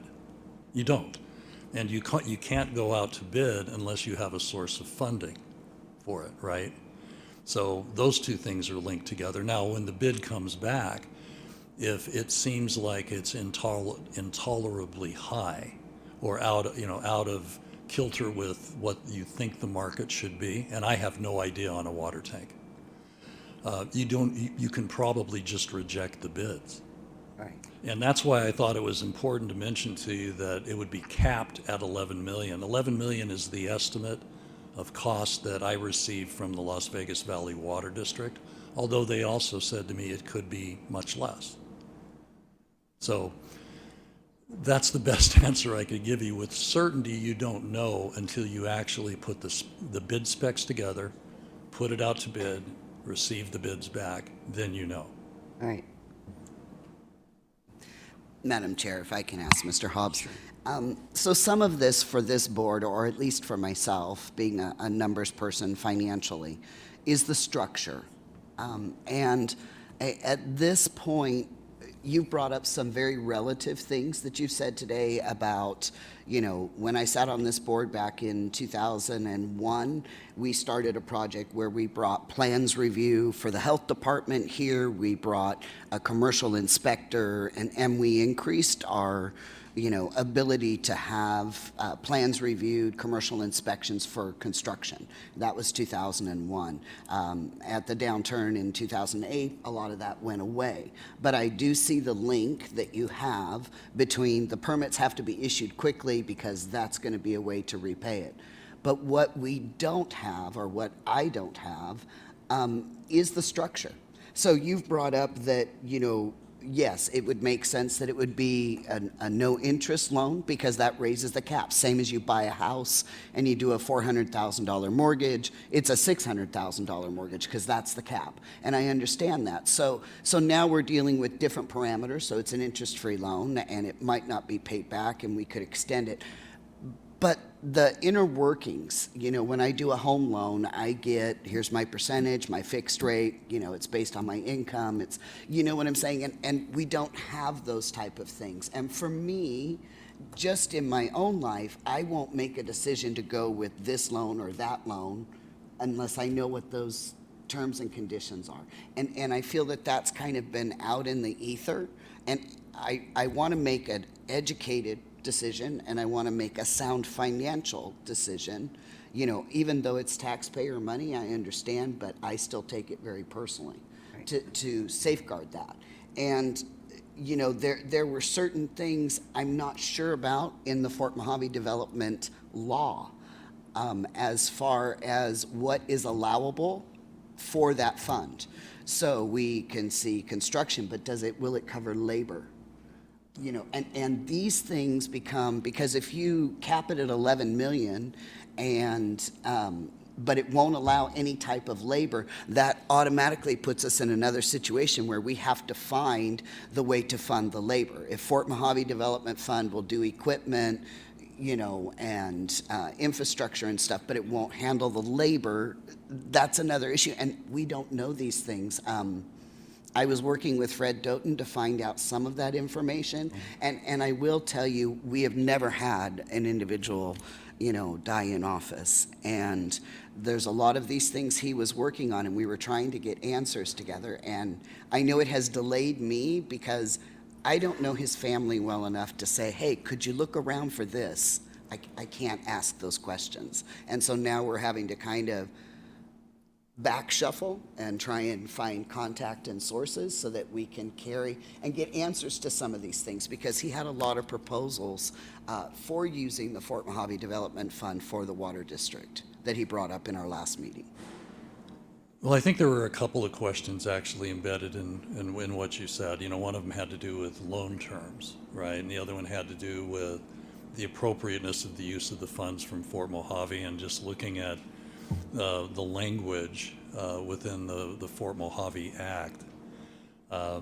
It speaks to the planning, design, and construction of capital improvements, which, in my estimation, I'm not here as an attorney, but I will certainly double check this. I have a fairly high level of confidence, includes both labor and materials, professional services, soft costs, hard costs, all of that, because those are the capital costs of doing those kinds of projects. So I don't think that's as much a concern. I mentioned to you earlier that I had been on a call, suppose it was late last week, with bond counsel. With who? Bond counsel. Okay. Kendra Follett is the bond counsel's name, and bond counsel is somebody that has to opine legally on all the terms of any municipal loan. So we did talk about a number of things that day, and I'll give you an example. One of the things that we talked about, because all of this would have to be documented in legal documents that would have to then be approved. There's every bit of it, because, you know, state law requires that, and also prudent financial administration requires that. So it's legally required as well as financially wise to do. Those documents have not been drafted, but I'll give you an example of a conversation we were having. We were having it around interest, which I've already talked to you about. And then she asked me, well, should these be quarterly payments or semi-annual payments? You know, much like you amortize mortgages, right? And I thought, well, okay, Kendra, this cash flow from connection charges, that's not going to be smooth. It's going to be rather volatile over time. So what happens if you miss a quarterly payment? You know, we don't want to get into a situation where that becomes an issue, because, you know, you might be able to make 2 quarters in 1 quarter, then you miss a quarter, and then you know, because that's just the way the connection charge revenue flows. It's not Correct. It's not level revenue. So my advice to her was, you know, let's leave that out. And, you know, I don't remember the language we settled on, but it was pretty much any dollar that comes in within, I think we settled on 60 days, must be paid over and returned to the Fort Mojave Fund. So it's sort of it's not first in, first out, but as the money flows in, it gets paid over. We didn't want 60 days? Yeah, 60 days is what we thought would be a reasonable amount of time to have it processed and moved and paid. And that, again, goes back to the uniqueness of a loan like this. You have to be unique in terms of how you structure it as well. Correct. And I think that's one of the reasons why I didn't suggest to you that you, as a town board, approve the loan. What my suggestion was is that you approve the concept of a loan. Other words might be exploring the loan. Correct. Okay, I mean, that's what concept means to me. It does to me Sure, too. me too. Yeah. And if you do that, that sends a signal that, yes, we should start working on the connection charge part of this. We should start working on some of these other things that are related to it. Because otherwise, you're always waiting for the first switch to be flipped, right? So anyway, that's, hopefully Yeah, and Mr. Hobbs, and just in what capacity going forward? So I mean, I go back with you to the Hobbs-On study and everything else for this community, and Riverwalk and everything that you've had involvement in for the last, well, I've been here 30 years, but involved on this board for 24. Let's go with 24. What would be, pardon? Yeah. But I'm curious, what capacity and role will you be having in this going forward? If this board were to approve the concept of looking at the data and information on how a loan would be structured, because I really feel we have the cart before the horse. They're like, approve it. And I'm like, whoa, you know, what am I approving? You know, That's, what would be your role? Because I feel you've been a strong advocate for Laughlin for a very, very long time. And so I'm just curious what your capacity would be going forward with this. I think there are, again, a couple of questions there. Always. That's why I mentioned to you in concept or explore as opposed to we approve, right? Because that's, again, sends a signal that we're willing to explore this, right? As opposed to, yeah, go ahead and do it, you know, next week. I wouldn't suggest that to you. My role in this is probably yet to be defined. I'm sorry, say that again. It's probably yet to be defined. I get surprised a lot. Welcome to government. Oh, yeah, no, it made a whole career out of being surprised. But I will probably be directly working with the water district on the development of the connection charges. And there we're going to have to think about things like, do we design it like all developable acres will be absorbed over a 30-year period, or should we assume that it maybe 70% gets absorbed over that period? You know, those kinds of things that will affect the numbers. But then that has to go through a public process too. You can't just do them. I believe there would have to be another business impact statement done around that. So it would follow the same processes, and I would imagine I would be supporting the work of the water district on looking at those numbers and helping to generate those, because we want to then correlate those with the loan itself, right? Now you have the county involved too. So I'm trying to think this through as you ask the question. Right. The county is involved, and I serve as financial advisor to the county, which is an official capacity. That my role is regulated by the SEC and the MSRB, all of that fancy stuff.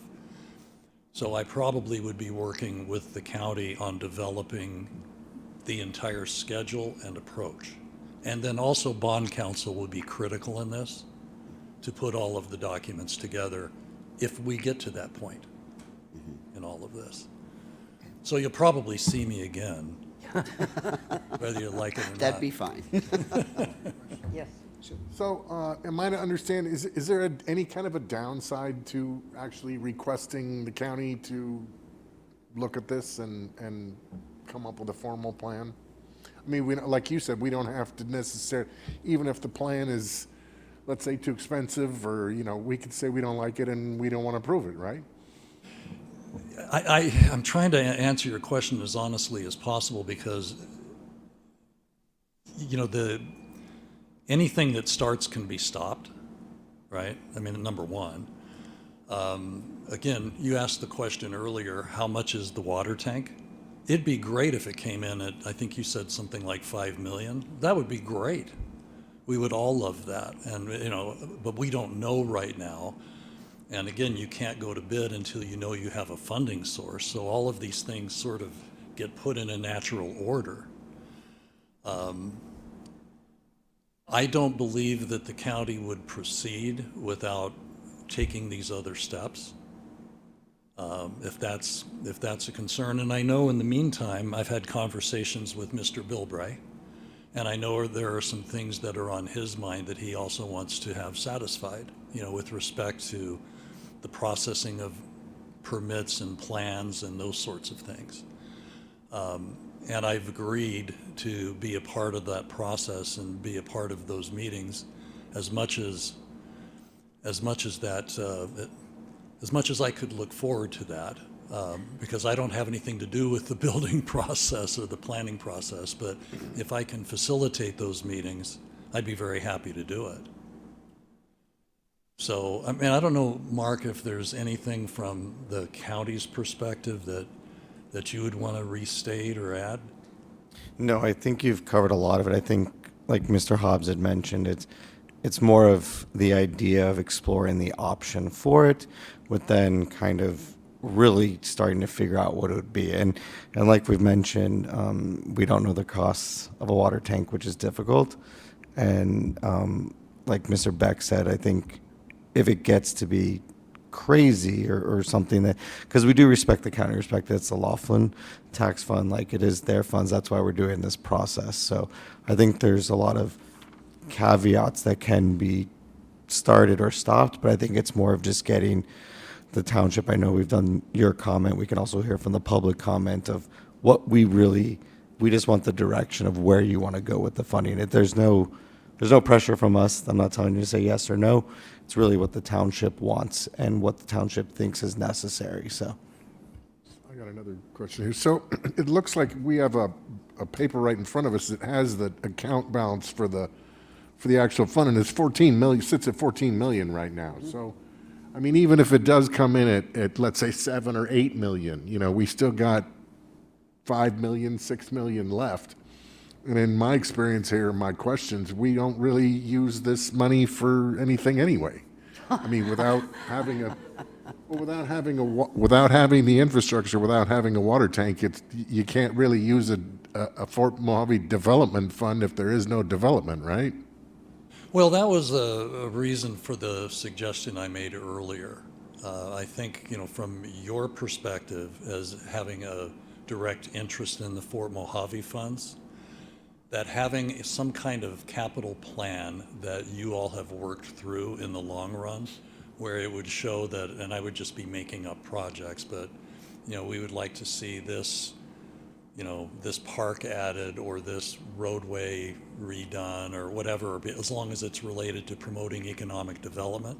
If you have things that you've identified in the capital plan, it would make it much more difficult for somebody else to look at your capital plan in an envious way, if you get my meaning.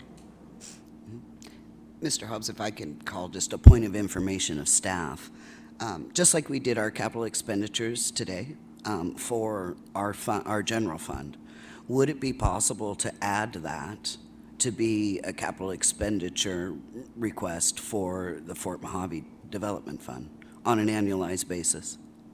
And this is just a point of information on how county, we have not done that in the past, but is that a possibility since we're doing capital expenditures on an annualized basis for our general fund? I think there's two answers to it. So I think the answer is yes. Unfortunately, I think we've already heard that item and we voted on and motioned it. I don't believe we can go back to an item after we've made a motion, unfortunately. No, I know, but I'm Yeah. just saying going forward, Yeah, it can going be something forward. we can adopt. Yeah, I mean, the capital improvement plan has always been kind of more of a wish list where I take it, I review it with all the department directors, but there's also items that I know the town board and town itself brings to me that I'm able to go outside of that. So we can definitely add it to it in future years. There's no negativity to that or issue with that. I'm just trying to find a process. You know what I'm saying? Yeah. Where we don't have one today, but. Right. So you could add it to it. I think it's kind of difficult because then it's one of those where we go back to county leadership and we say this is what they want to do, and then we kind of look at see where we can fund it from, and if it's either a general fund or if it's like a parks fund or a public works fund, that's kind of like where it trickles down to. So this one, I would have to look more into see what bucket it would fit into. So that would be my only question I would have to say. It's just finding a Yeah. process, because I agree. I mean, I do that within our own companies as well. I think we need to form a committee to look at the the Mojave Fund. For one thing, you can't just say you have a bucket of money and you just spend it. That's not being fiscally responsible, because we don't know what the future holds. And since there really hasn't been a budget in the past, we need to form a committee to look at these funds, all the legalities of how we spend these funds, and then formulate a plan. I think that's an excellent idea. It's not something that has been put forth to me in the past, but I'm looking at that. It's not like I have a bucket of money over here in my savings account and I just spend it. That's not how it works. That's not being fiscally responsible with the money, because this belongs to this community. And my perspective is the same as hers, and I hope as Bradley's, that we spend this money smartly and that we get a return on our investment. And there is no plan this is a lot of money. $11 million is a lot of money. It took a long time to get that there. And guess what? It's going to take a long time to replace it. We don't have funds sitting out there somewhere that are replacing these Actually, monies. we do, Chair. Don't we have almost $1 million coming in a year from the solar plant? If that happens. I thought it was already approved. It's a 30. So yes, it is approved, and there is definitely potential. I think what the chair is mentioning is that there is always a potential that a project could not break ground. Or bankrupt or something. I feel confident with this one. I think they've done a lot with the county. I do too, but I'm not counting. But yeah, there's always, so I think there is, and regardless of that solar plant, I know we still get about $800,000 a year.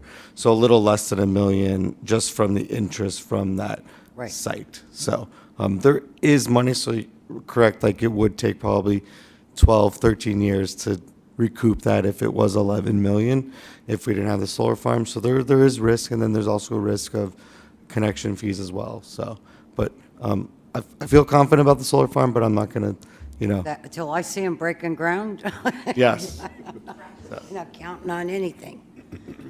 So if I've answered your questions, I will say that it's a pleasure to see you again. And I'm happy to answer any other questions. But that's why in coming down here, I was trying to think about what kind of recommendation to make to you, and that was the best I thought I could come up with. It provides a sense of direction without it being a full-blown commitment, right? And I think that serves us positively in a number of ways. So anyway, with that, it's always a pleasure. Thank you. Very informative.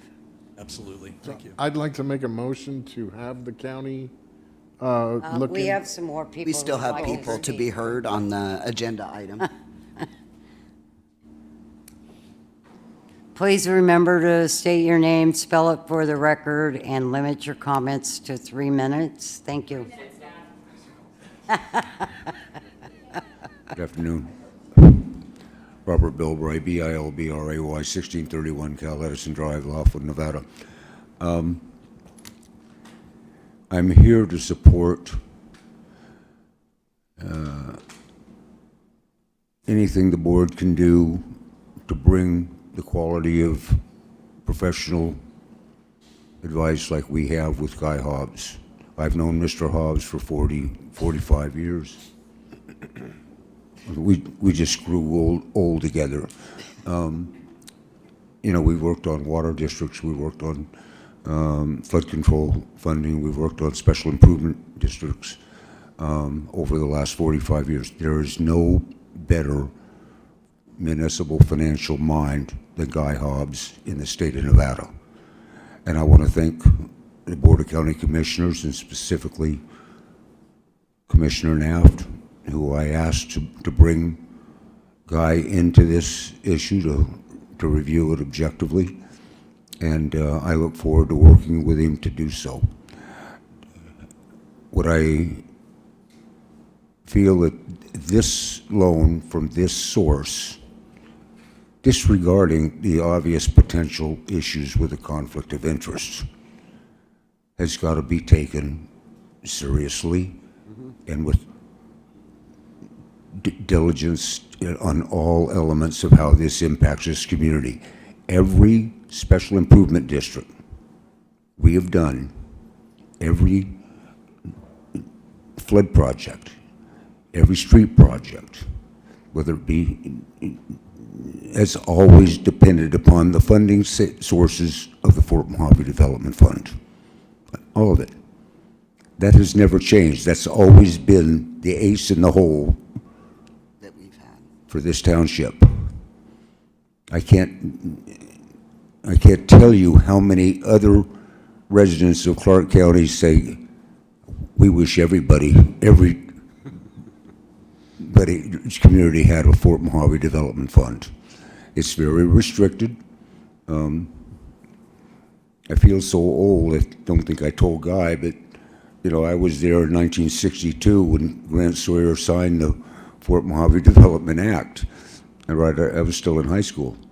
But, you know, what I am willing to contribute, whatever I can contribute, I know of the private sector lending pool and what I know of the municipal lending pool. I'm willing to spend my personal time working with Mr. Hobbs and with Jessica Colvin, the county finance director, to find a long-term solution to what we've been going through for the last 4 years. We have no believability inside the lending pool anymore. We have no believability inside the construction industry anymore. That has to be recognized as being a problem, and we've got to address it. I would ask that this item be held until the January board, and that it gives Mr. Hobbs and Jessica and I and other interested parties that can contribute positively to answering this time to come back to this board with specifics as to what the terms of these loans are going to be, what's the collateral going to be, what's the risk going to be. This board doesn't have enough information. They didn't have it at the last request for a loan, and they don't have it now. Thank you for your input. I'm Sorry, your time.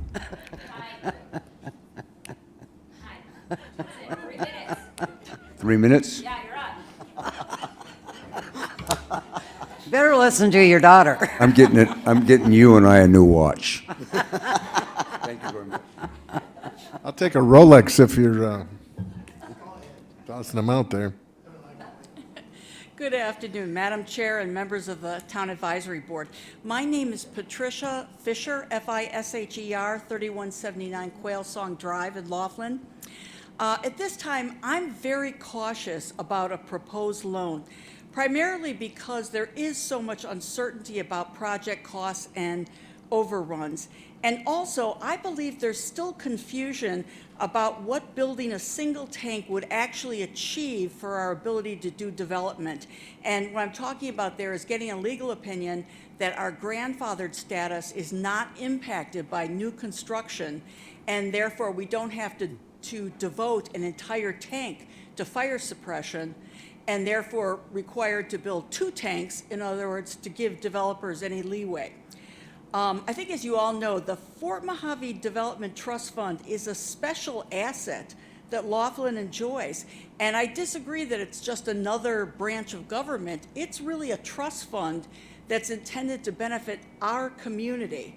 And we don't want a loan on the books that will never be repaid. So I think we want to be careful before making loans from the fund. Ask ourselves questions like, does the entire community benefit from the spending, or will only a few private parties benefit? Is there a thorough scope of work that's been established? Do we know exactly what results we get? Do we have reasonable cost estimates? And if the project is going to need government grants, are they firmly committed? And then, of course, most importantly, how does the loan get repaid?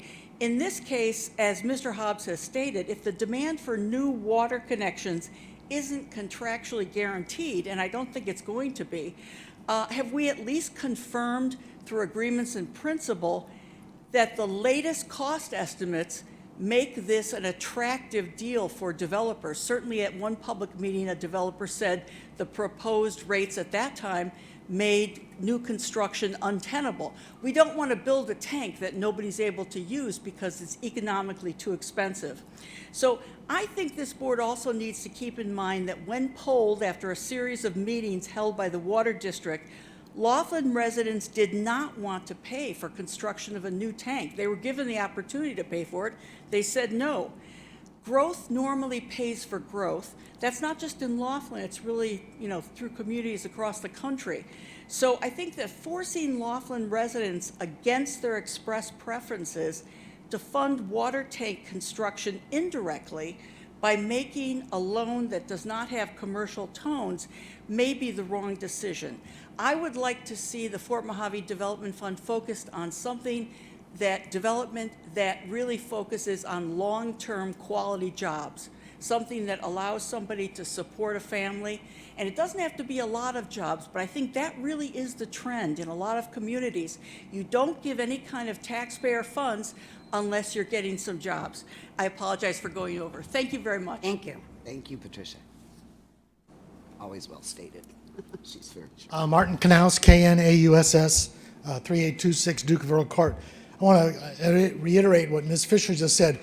How many hookups will this one tank give?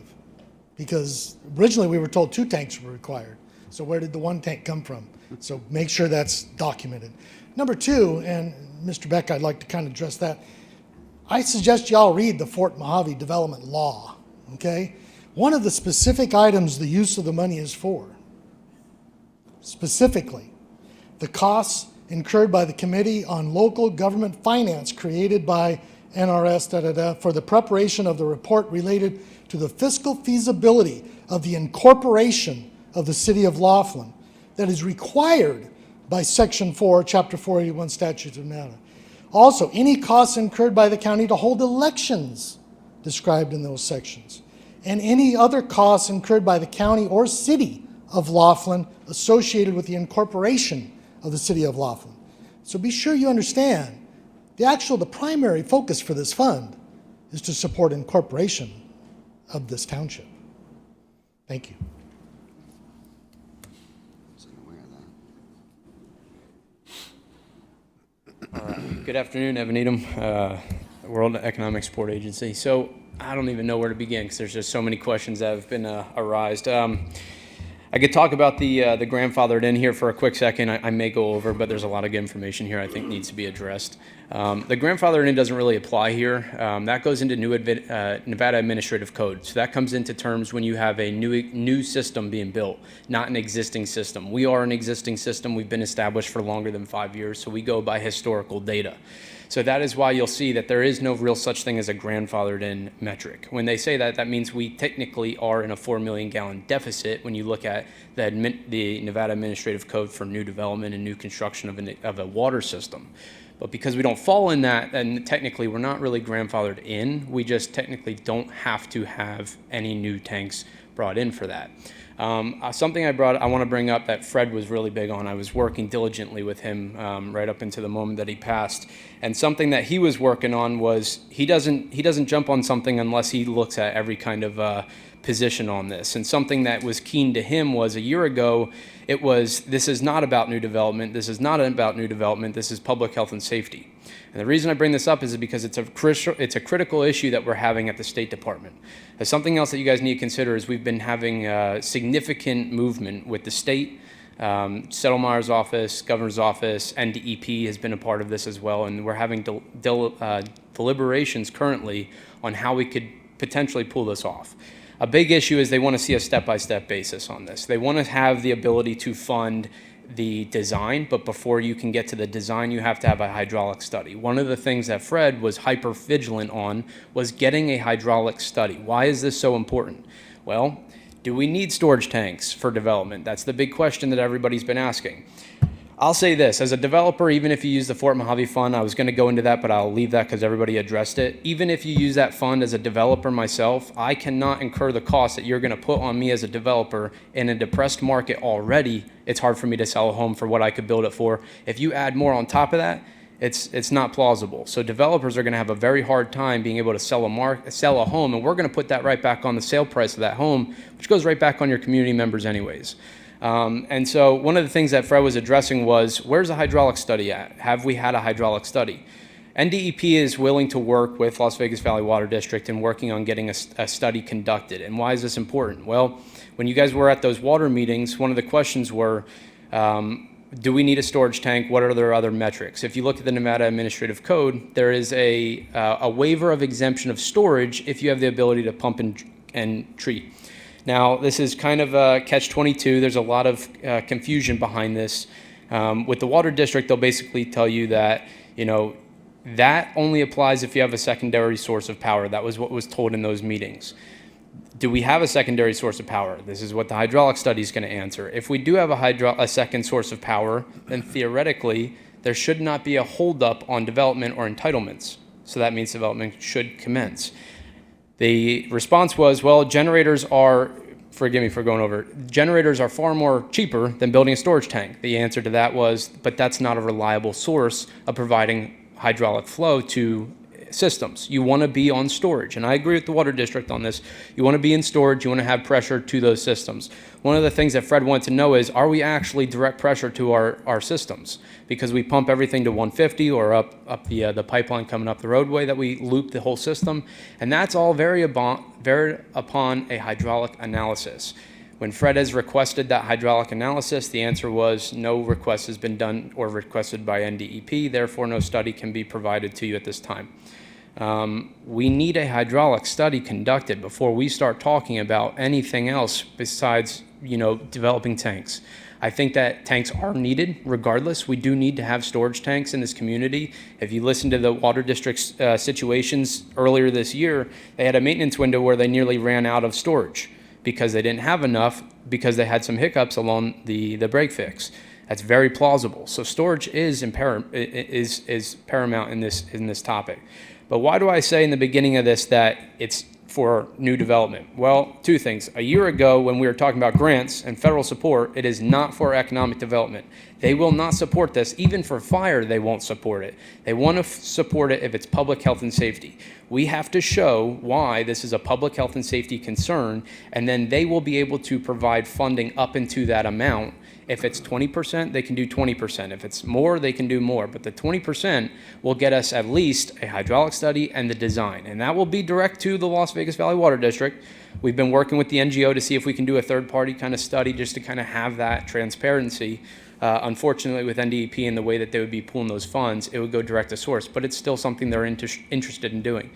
We had a meeting with the state treasury on Monday, and they're avidly looking for outcomes as well, but they are very open to the idea of small ticket numbers, meaning a couple $100,000 to get the design conducted.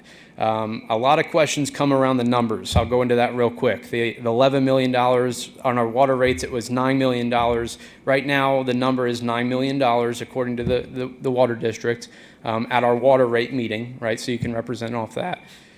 The reality is, okay, a year ago, I told you 2.7 was the quote that I got from Superior Tank. After doing far more research and learning what NDEP comes from, they had actually a request back in 2005 for the design of the storage tank, and $980,000 is a realistic number even to them. Okay, so to the water district's credit, I think we've been badgering them a little bit too much on the numbers here because it does seem to be true. And if you look at all the acts that they slap on top of this, because it has to be a public works project, there's a number of them, but I'm sure we can, just to top off my head is Build America, Buy America, right? All these different acts add on to this ticket. That is why this project goes from where a year ago I was saying it's 2.7, conservatively 4 is very far from the reality. It quickly jumps up, and that's because of all these legislative acts that have been passed in Congress that have been put onto these public works projects. Where we stand right now, there's no way of getting around that. We have to do this in a public works capacity. So we are facing those costs. So are we at $9 million? Actually, probably, So we have to look at this in a more realistic metric. Will the fund actually work in this capacity? I'm not sure, because will developers be able to build based on the rates that are now going to be imposed on them? I'm not sure. That's going to have to be conducted from the analysis with Guy Hobbs, and thank you, Bob, for getting that set up for this. Another thing that's very important here is where are we sharing the debt on this? Because as you develop and you're increasing hookups and connection fees, if I was a private entity running a water district, well, then there goes my margins are also increasing. So why would I, as a developer, have to incur all of the cost of this storage tank? It should be a shared cost if somebody else is increasing their margins, their profit margins in their entity. That's a big question that I have. Unfortunately, I'm going to have to call you on your time unless the board... No worries. I mean, there's so much information, but if you have a minute, I'll go into something that I want to talk about, which is just what's on the table right now. And I'll end it at that, is we do have teams working right now at the state level and the Fed level to find funding sources to get us to a point where we could go for a public bid.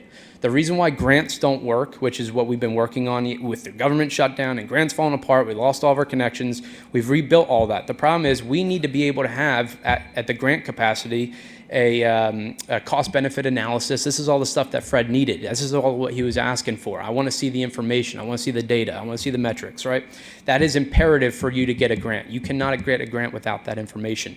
So how do we get there? We have to be able to go for some type of public bid, but that is where the Fort Mojave could come in as that fund, that pocket of money that could back it for us to have a safety net to go for public bid. Then we can bring our $9 million down to the realistic number, and we can actually talk metrics. But until then, everything else is really just up in the air, and we won't have any numbers.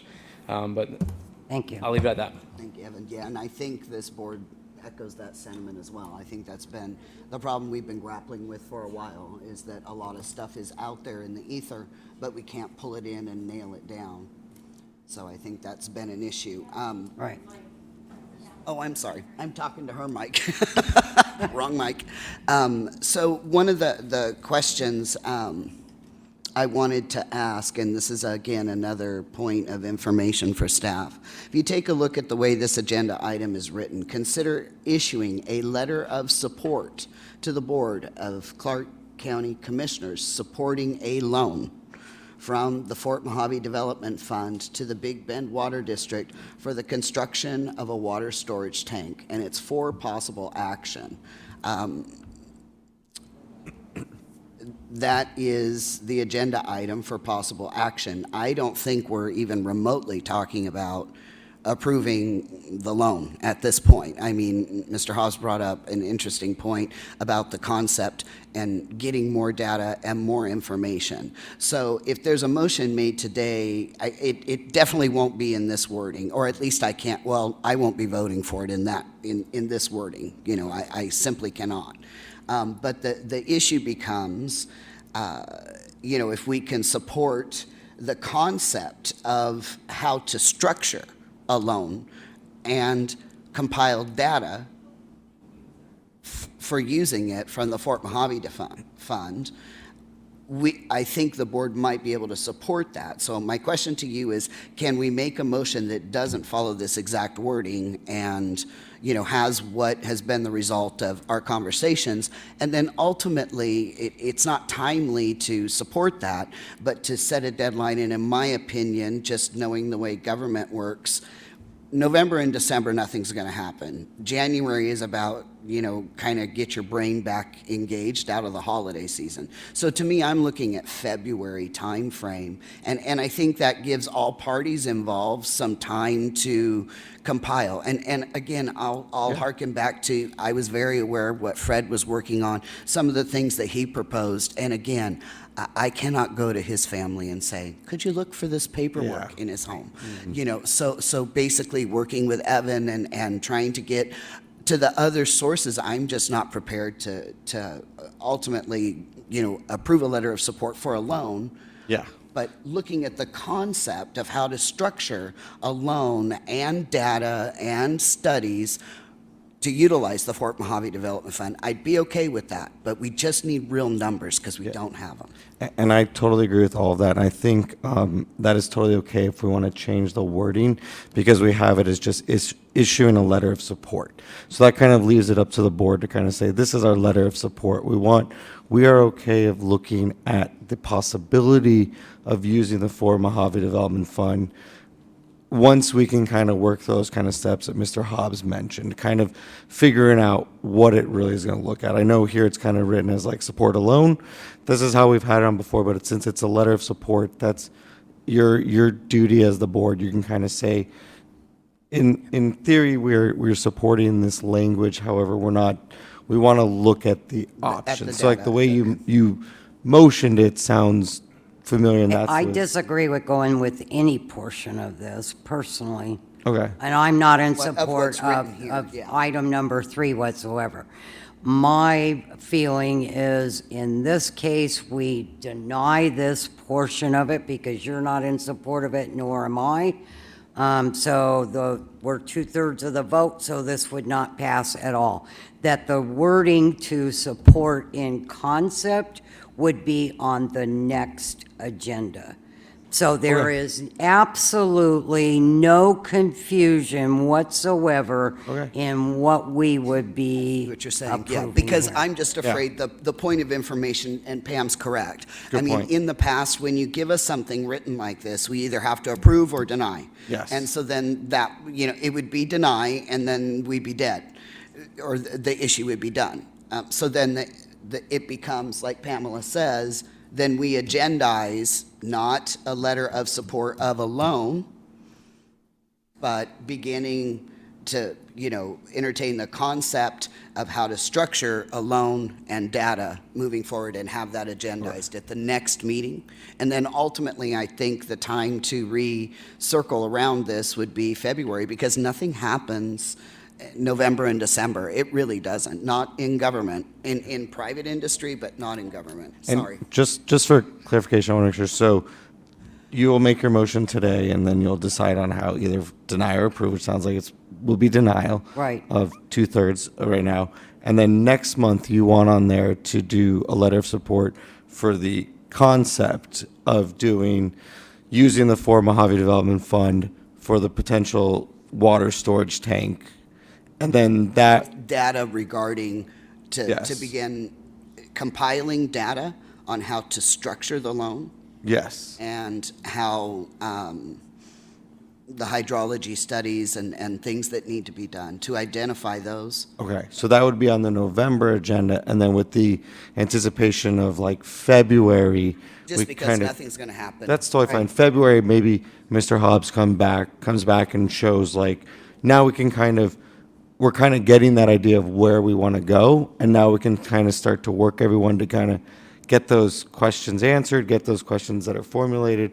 I think It's even that's going to be hard for us to get the questions answered in November and Yes. December. It's just, it really is. And then, like, in parallel, we'll continue to work with Mr. Hobbs on what we're looking for, and you can work through me to get to him, or you can work with him exclusively and all that. I think that is, I just want to make sure all board members, you're okay with that. And that's why I wanted a point of information on it, because Yeah. I just need some guidance, and I know what we've done in the past, and Pam's right, so. Because it sounds like we'd have 2 no votes and potentially 1 yes or no, so. Still have to Okay. have the motion, the second, and then the vote. Yeah, I guess, for Tammy, for clarification, do they need a mention that they want to I'll have? make the motion. Well, Okay. Chair, real quick, I think, and then after that motion, let's make the motion that for next month, what you want on the agenda with so it's in the record of like how you want to your motion of what it's going to be, and then what Okay, next so month will my be. motion would be, so at least what I would say is for not approving, to issue a letter of support to the Board of County Commissioners supporting a loan from the Fort Mojave Development Fund to the Big Bend Water District for construction of a water tank. And that would be to not approve it. And then from a point Okay, of wait, information, how I need do a second. So what are we voting on now? To not So- approve this one? Correct, because if we approve this as it's written, then we're approving a loan in totality. And I think that's the cart before the horse. We're not ready for that. We still have to have an information gathering portion.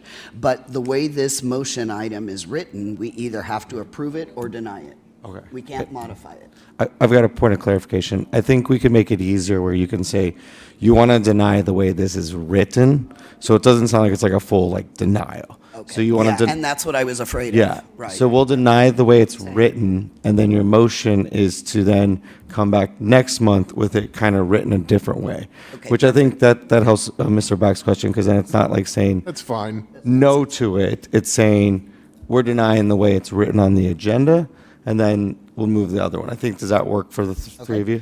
Then I'll go ahead and make a motion that we deny the way agenda item 3 is written, where it states, consider issuing a letter of support to the Board of Clark County Commissioners supporting a loan from the Fort Mojave Development Fund to the Big Bend Water District for the construction of a water tank. However, we would like to see exploring and gathering information for the concept and structure of a loan and details for the option of securing a loan from the Fort Mojave Development Fund for the Big Bend Water District on the next agenda. Okay, so I second that. Okay, all in favor? Aye. Motion carries. Good job. Okay, comments by the general public. A period devoted to comments by the general public about matters relevant to the board's jurisdiction will be held. No vote may be taken on a matter not listed on the posted agenda. Comments will be limited to 3 minutes. Please step up to the speaker's podium. If applicable, clearly state your name and address, and please spell your last name for the record. If any member of the board wishes to extend the length of a presentation, this will be done by the chairperson or the board by majority vote. Ashland? Hello, Ashland Sainz, Sainz, 1631 Cal Edison Drive. I just wanted to come before the board. My team and I have decided to host a community event. We have named it the Laughlin Rev Fest. We are holding a car show and a kids event, community event in Uptown Laughlin at our South Point Business Park, where Nat's Landing and our corporate office is. That'll be held on November 15th. And it starts at 8 a.m. and ends at 2 p.m. We have some amazing sponsors. The Laughlin Chamber VIPs will be there, as well as most of the donations will be going to Laughlin Rotary Club. So we're trying to raise money for them and all their awesome stuff they're doing all year. So just wanted to kind of reach an invite out to the community. I know Jill's going to be putting in the paper too, and so we just wanted to, but we've got games, food trucks, we've got a stage with a band booked. I have a bunch of kids games. We're going to invite all the kids from the school. I have Mr. and Mrs. Santa Claus coming for the kids, face painting, things like that. So, and then we're going to have, some awards given for the car show. We've got all of the car shows invited, and so we're excited for it, and we just wanted to welcome everybody in the community, so thank you. Thank you. We wanted to make sure Ashland went first because her event's before ours. I am Jill Ramelot, Ramelot, and I'm here on behalf of my dear friend Mike Connor, who's president and CEO of River Fund, to talk about the event that's following RevFest. We're all going to be there in the morning, and then we're going over to the Bullhead City Pool to do the River Fund duck pluck. We are looking for vendors right now, and duck tickets are also available all on the website, which is the big deal we wanted to note. We have gone paperless finally. No more printed forms and paper checks. You can just go online and click on it, and it's basically $1, which is close to free, for nonprofits to sign up for vendor space. So we want to make sure that everybody who wants to gets out there. And the coolest part is I have some data for you. River Fund has figured out that the ducks are $10, or you get more ducks if you buy more. 3 ducks provides 1 night shelter for a family in need. 4 ducks covers the average cost of getting a birth certificate, and we all know you need that now for a new driver's license. 9 ducks can buy 25 gallons of gas that helps folks in need get to work or a doctor's appointment. And 17 ducks pays for all the Nevada work cards required to get a job at a Nevada resort. And these are some of the big things that River Fund does. So just want to let you know that we would love to have you all come out. It's from 4 to 7 p.m. So you can go to RevFest until 2 and then head on over to the park and participate there as well. So the whole idea is to raise funds to help the kids and seniors and everybody in need in the community. So we want to make sure we support RevFest and the duck pluck on the 15th of November. So mark your calendars. November 15th is going to be a busy day. Thank you, guys. Thanks. Hi, my name is Emma Fico, F-I-C-O. I live in Quail Ridge. I'm the treasurer on the board there. I was hoping that Metro would be here because most of my things that I want to talk about is I think pertains to Metro. First of all, I want to thank Metro and Mark. On Partridge Run, some of our units have a patio that faces the unknown wash. People were racing back there. People were driving cars and everything. One ATV wound up flipping there. And thanks to Mark and Metro, we don't have that problem anymore, which I really appreciated. Also, we're having a problem with James Bilbray getting a lot of complaints about racing. We come out of the gate, because of the curving on both sides, we can't see what's coming at us, and it's really dangerous. We have a lot of seniors that have a lead foot as it is, but to me, I think it's a big problem. I don't know exactly what they can do about it, but we were hoping that maybe somebody, can help us out with that. Also, I have a big, one of my pet peeves here is the Tropicana Casino. I know that the Aquarius, when people are gambling and drinking, if they see somebody that's not walking correctly out that door, they do notify Metro to see if they're getting into a vehicle. I know that for a fact.